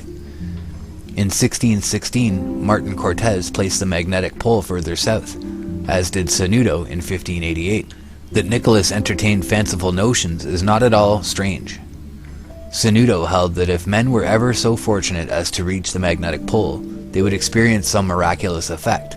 Columbus likewise was full of curious fancies, holding for instance that, west of the Azores, ships sailed uphill towards the unapproachable paradise. It would have been a happy thing if the false notions of Nicholas of Lynn had not misled others. First, however, it must be indicated that the magnetic mountain of Lynn was borrowed from the early philosophers and geographers. Galen reports magnetic rocks on the coasts of the Indian Ocean, and St. Ambrose echoes the idea, while the Arabic geographer Edrisi of the 12th century, author of a map of the world of the year 1154, reported a magnetic mountain at the mouth of the Red Sea.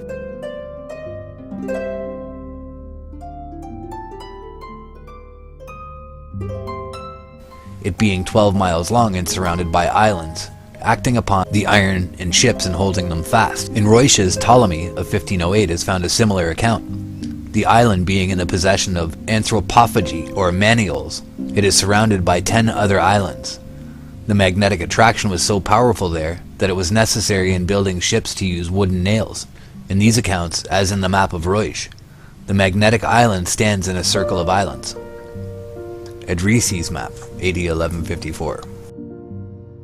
The map of Reusch alone is the authority for connecting Lynn's name with the magnetic mountain. The accounts preserved by Mercator and Dr. Dee do not mention the magnetic rock, the ships being driven by the currents, or in drafts. Nicholas understood something of polar magnetism, and supposed that it was to be explained by the aid of a magnetic island like that of Ptolemy, and accordingly created one. It was partially suggested as hypothetical. Of the extent of his actual knowledge in connection with polar magnetism, it is impossible to speak. It will be necessary, however, to notice the blunder into which the map of Reusch led Humboldt, who, contrary to his usual custom, hastily accepted a suggestion found in Biddle's Life of Cabot.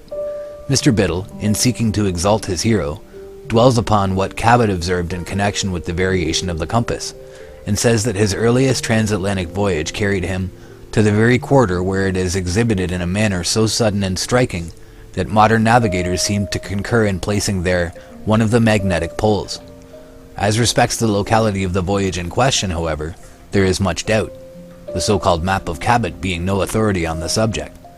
Mr. Biddle nevertheless continues, and he says, quote, "There is a curious piece of evidence to show how early the northern region discovered by Cabot was associated with the alarm, which this phenomenon, the variation, must, in the first instance, have excited," adding, "On the great map of the world, which accompanies the edition of Ptolemy published at Rome in 1508, is the following inscription, which he gives in Latin, but which is Englished as follows. Here the ship's compass loses its property, and no vessel with iron on board is able to get away." On this, the author says that it is impossible to doubt that the reference is to the well-known effect produced there on the compass. Beneventus, who prepared the supplemental matter for this edition of Ptolemy, professes to have a knowledge of the discoveries made by Columbus, by the Portuguese and by the English. He also refers to Fournier, who says that Cabot marked exactly in various places the dipping of the needle. Humboldt, in noticing this, says that Biddle observes with justice that a remark inscribed on the map monde of Ptolemy appears founded on the ideas of Cabot relative to the position and proximity of the magnetic pole. Nevertheless, a more careful examination of the general subject, in connection with Nicholas of Lynn, would have shown Humboldt that there was no reference whatever in the legend to the discoveries of Cabot, but that the reference was to the teaching contained in the monk's Inventio Fortunatae, itself an echo of Ptolemy and the ancients. Biddle says that the inscription appears far beyond Terra Nova, while Humboldt loosely says before or near Press, Newfoundland. Both are quite wrong, as the legend stands north of Greenland, and Iceland at the entrance of the Polar Sea, evidently being placed there for the reason that there was not sufficient room near the magnetic mountain. Humboldt, by the aid of Mr. Biddle, simply fell into a blunder, confusing a monastic hypothesis with the supposed record of an actual observation by Cabot. This error does not appear to have been noticed hitherto. The arrangement of the land and water around the pole on Ruysch's map is conventional, and it may be questioned whether the great peninsula called Grunland was a part of Lynn's plan. At all events, he had ample opportunities of becoming acquainted with Greenland when making his voyage to the north, as in 1379 the Icelanders were still well informed respecting that country. Indeed, there is good reason for supposing that the map of Ruysch shows less knowledge of Greenland than Nicholas possessed, as the monk was a contemporary of the Zeni and Bardson, for it was during the lifetime of Lynn, 1340, that Ivar Bardson went from Norway to Greenland for the relief of the colonists there. Next we pass to the map of Orontius Fine of the year 1531, which shows the influence of Nicholas as exerted by Ruysch, for there is no evidence at hand proving that Fine had seen the book called Inventio Fortunatae. Fine's map represents the circumpolar region complete and retains the 4 inner islands shown by Ruysch. The outer circle of islands is broken, while Greenland appears as an island widely separated from Asia. Iceland and the Orcades appear in their proper relative positions. Bacalar, which included Newfoundland and Labrador, being a part of Asia, in accordance with the Columbian idea. The next trace of Nicholas, the monk of Lynn, is found in the work of Las, written in 1552-61, where he speaks of floating islands and refers to those of northern Italy mentioned by Pliny, and where he also mentions the floating pumice stone described by Seneca. Passing from these cases, he mentions certain islands which swim on the water, saying, "Of this kind must have been those which are called St. Brandon, in whose history it is said, you may read of many islands that were seen in the sea surrounding the islands of Cape Verde and the Azores, which are always in a state of conflagration, and which must be similar to those spoken of above," adding, "Of the same mention is made in the book of Inventio Fortunata." Nicholas of Lynn also appears upon the map of Mercator, 1569, whereon the polar regions are delineated more or less in accordance with the conceptions of the famous monastic voyager, while the map shows that Mercator obtained his information through Chnoinen.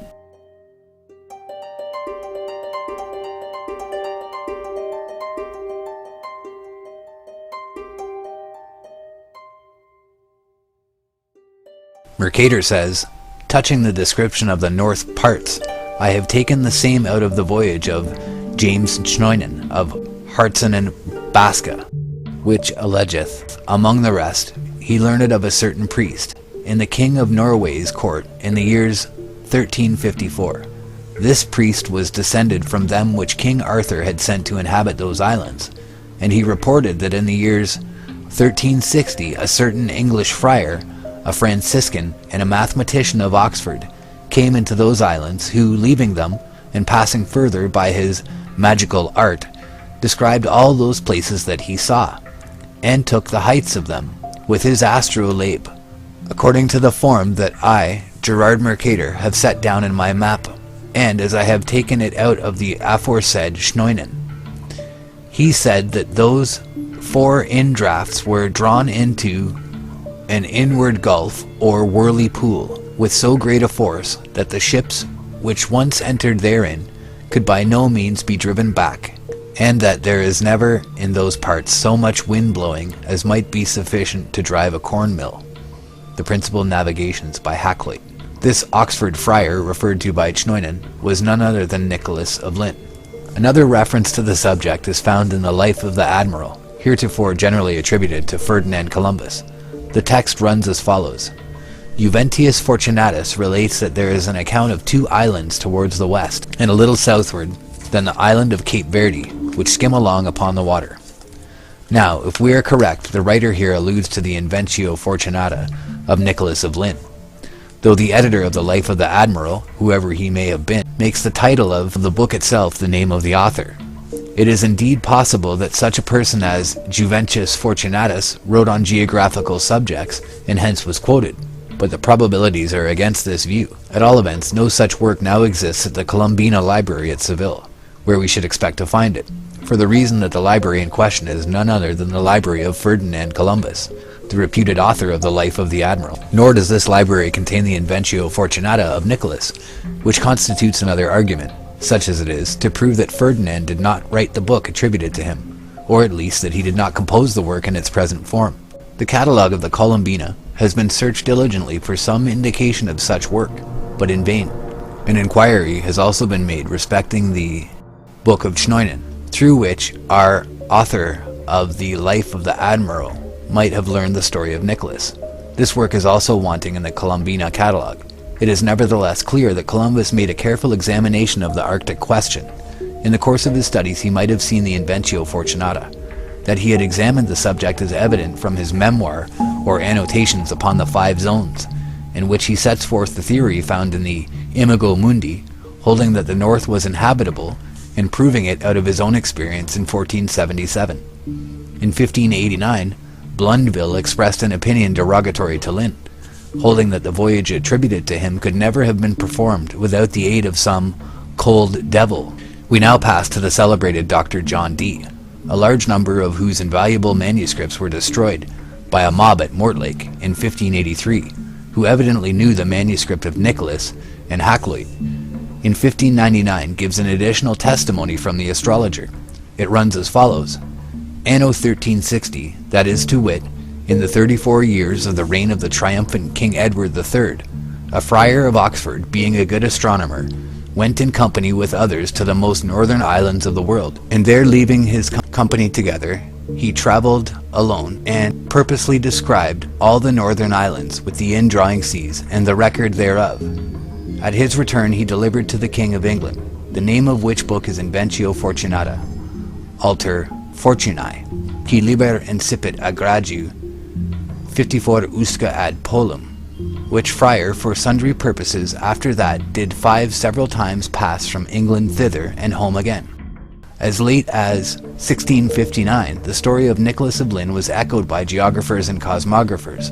Heylin wrote about the great rock at the pole and the 4 indrafts, or Europe, which swallowed up ships, and added the story of the Pygmies, mentioned on Mercator's map of 1542. Among the maps which gave more or less exactly the ideas represented by Ruysch, that made in 1572 for Munster, copies of which are found in Bell Forest of 1575. Linnecotton's map of 1593 faintly shows the Europae. The Ortelius of 1599 also shows them faintly. Under the Arctic Pole is said to be a black rock of wondrous height, about 33 leagues in compass. the land adjoining being torn by the sea into 4 Greenland, for the ocean violently breaking through it and disgorging itself by 19 channels, maketh 4 Europae, or fierce whirlpools, by which the waters are finally carried towards the north, and there swallowed into the bowels of the earth. That Europae, or whirlpool, which is made by the Sathic Ocean, hath 5 inlets, and by reason of his straight passage and violent course is never frozen. The other on the back of Greenland, being 37 leagues long, hath 3 inlets, and remaineth frozen 3 months yearly. Between these two lieth an island, on the north of Lapia and Biarmia, inhabited, as they say, by pygmies, the tallest of them not above 4 feet high. A certain scholar of Oxford reporteth that these 4 Europae are carried with such furious violence towards some gulf, in which they are finally swallowed up, that no ship is able, with never so strong a gale, to stem the current, and yet there is never so strong a wind as to blow a windmill. Cosmographie 2-4, page 191, edition 1859.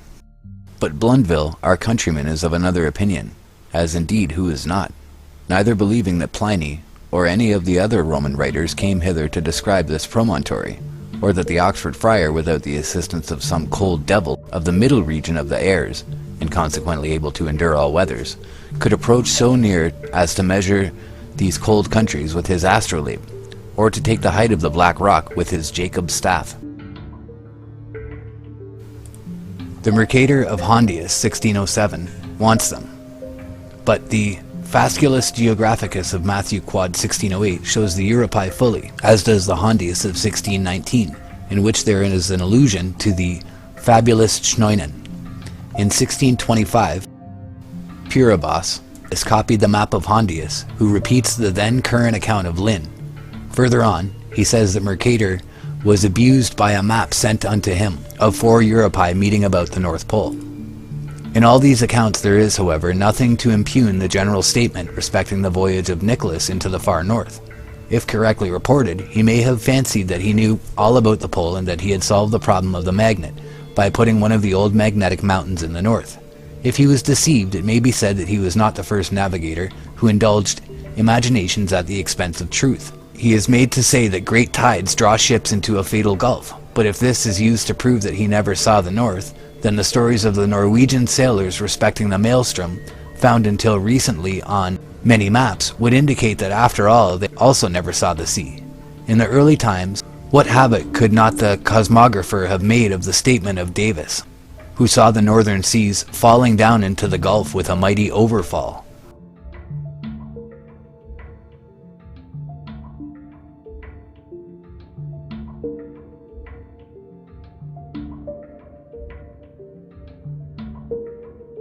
What is needed is the narrative of Nicholas, which he presented to Edward III. This may yet be drawn forth from some musty and forgotten collection. In closing, we may pause to inquire how far north the ancient navigators penetrated. The Icelandic colonists in Greenland may have reached a very high latitude during the 300 years that they visited there, but the highest point indicated is that near Cape York in 72 degrees north. Upon an unpublished Spanish globe in the National Library at Paris, of the date of about 1540, is an indication which possibly may prove that some navigator have pushed through Smith Sound and Robeson Channel.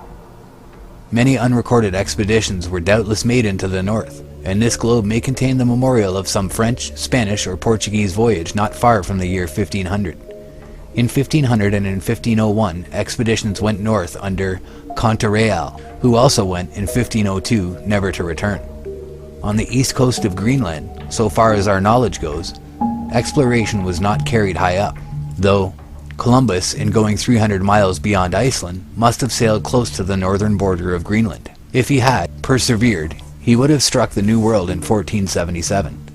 The early navigators appear to have pushed northward to the pack ice, but there is no indication of their having known either Jan Mayen or Franz Joseph's land, though they may have seen both.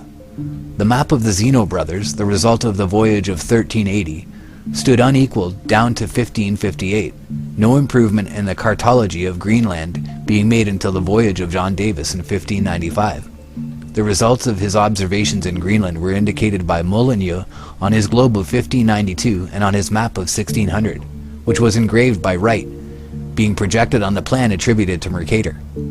The map of 1690 appears to be the one referred to by Shakespeare in Twelfth Night as the new map with the augmentation of the Indies. In 1511, the Lennox globe showed an open sea around the pole, and in 1520, the Verrazano map left the sea still open, though in the Antarctic region, a great continent was beginning to appear south of Cape Horn. Herein was the partial representation of a classic myth.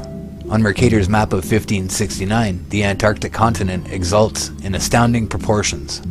Notwithstanding the great benefits conferred upon geographical science by Mercator, the knowledge of the globe in some respects was retarded in his hands, owing to the weight of his reputation.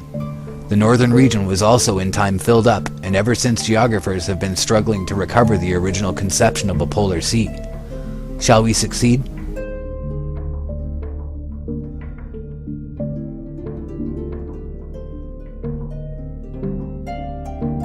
Of speculation on this point we have had enough, and the question remains to be decided by events. One thing, however, has become clear, namely, that the prospect of sailing to the pole by the way of Smith Sound is far from encouraging. Manifestly, beyond a certain point, the route must be pursued by sledging. On the other hand, the route by Bering Straits is still to be fully tested.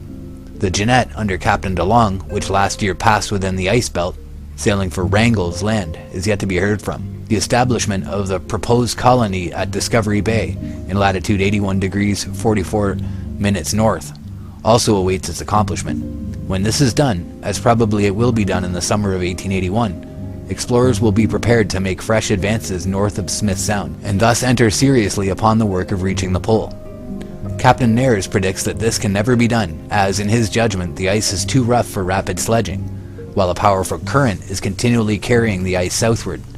The opinion of so brave and skillful an officer is not to be treated lightly, yet there is no proof that the current always acts as it did when Captain Markham made his great sledge journey to 83 degrees 20 minutes north, the highest point yet reached, nor that the ice is always in the same rough condition that made his progress so slow. These are points that remain to be decided by a permanent colony. In that sledge journey, Captain Markham's party was prostrated by scurvy, the scourge of the north, though a disease which a proper supply of provisions will obviate. Evidently, too, the season passed in the north by the Nares expedition was one of unusual severity. As it remained, Captain Markham reached a point where the water had shoaled to 70 fathoms, indicating approaching land. They turned back when only 399 miles from the pole. It is not unreasonable to suppose that land actually exists a short distance north of this point. If so, that land may be gained and used as a base of operations for the regions beyond. The question of reaching the pole is now being resolved into one of equipment, while in this department something is yet to be learned. The first thing to be achieved is the establishment of the permanent colony at Discovery Bay, after which must follow the use of every appliance that science and ingenuity can devise. In this respect, the Nares expedition was not altogether perfect. Indeed, no temporary expedition can meet all the conditions. Permanence in operation must characterize any successful plan to reach the pole. The explorer must be made independent of ships. He must have adequate means of resisting the cold, and anti-scorbatics that will ensure health. These things are certainly possible, and when secured, the Arctic adventurer can bide his time and await the favorable season, in the meanwhile spending his time in those general observations that will prove of such incalculable scientific advantage. Haste will form no part in that great campaign which must conduct the explorer to the pole. The work will require time and the highest courage and perseverance. The explorer will have no assistance from the natives beyond what he gains from those who live south of Discovery Bay. That he will find as he pushes into the far north. Any Arctic Highlander living in exclusion with herds of muskox and reindeer is a mere chimera. Ellesmere Land, far south of Discovery Bay, appears to be the northern limit of the Eskimo. Wherever a man goes in that high northern region, he must carry the bulk of his supplies with him, as it will be found impossible to subsist by those means employed by Lieutenant Schwatka in the southward regions while engaged in the Franklin search. Everything depends upon those calculations which will enable the explorer to gauge his strength with exactness and maintain his connection with the base of those supplies which annual relief expeditions, independently organized and maintained, will furnish in unfailing abundance. With a proper equipment, the dangers of Arctic explorations are reduced to the average of the ordinary seafaring life, and experience proves that such work in the north can no longer be objected to on the ground of its risk. Indeed, Arctic exploration may now be considered as an accepted branch of study, and as a wise extension of the signal service into the realm of perpetual cold. This being granted, the ultimate results will take care of themselves. For, with prudence, courage, and perseverance, the dream of the Middle Ages will be realized, and the American flag will be planted at the pole.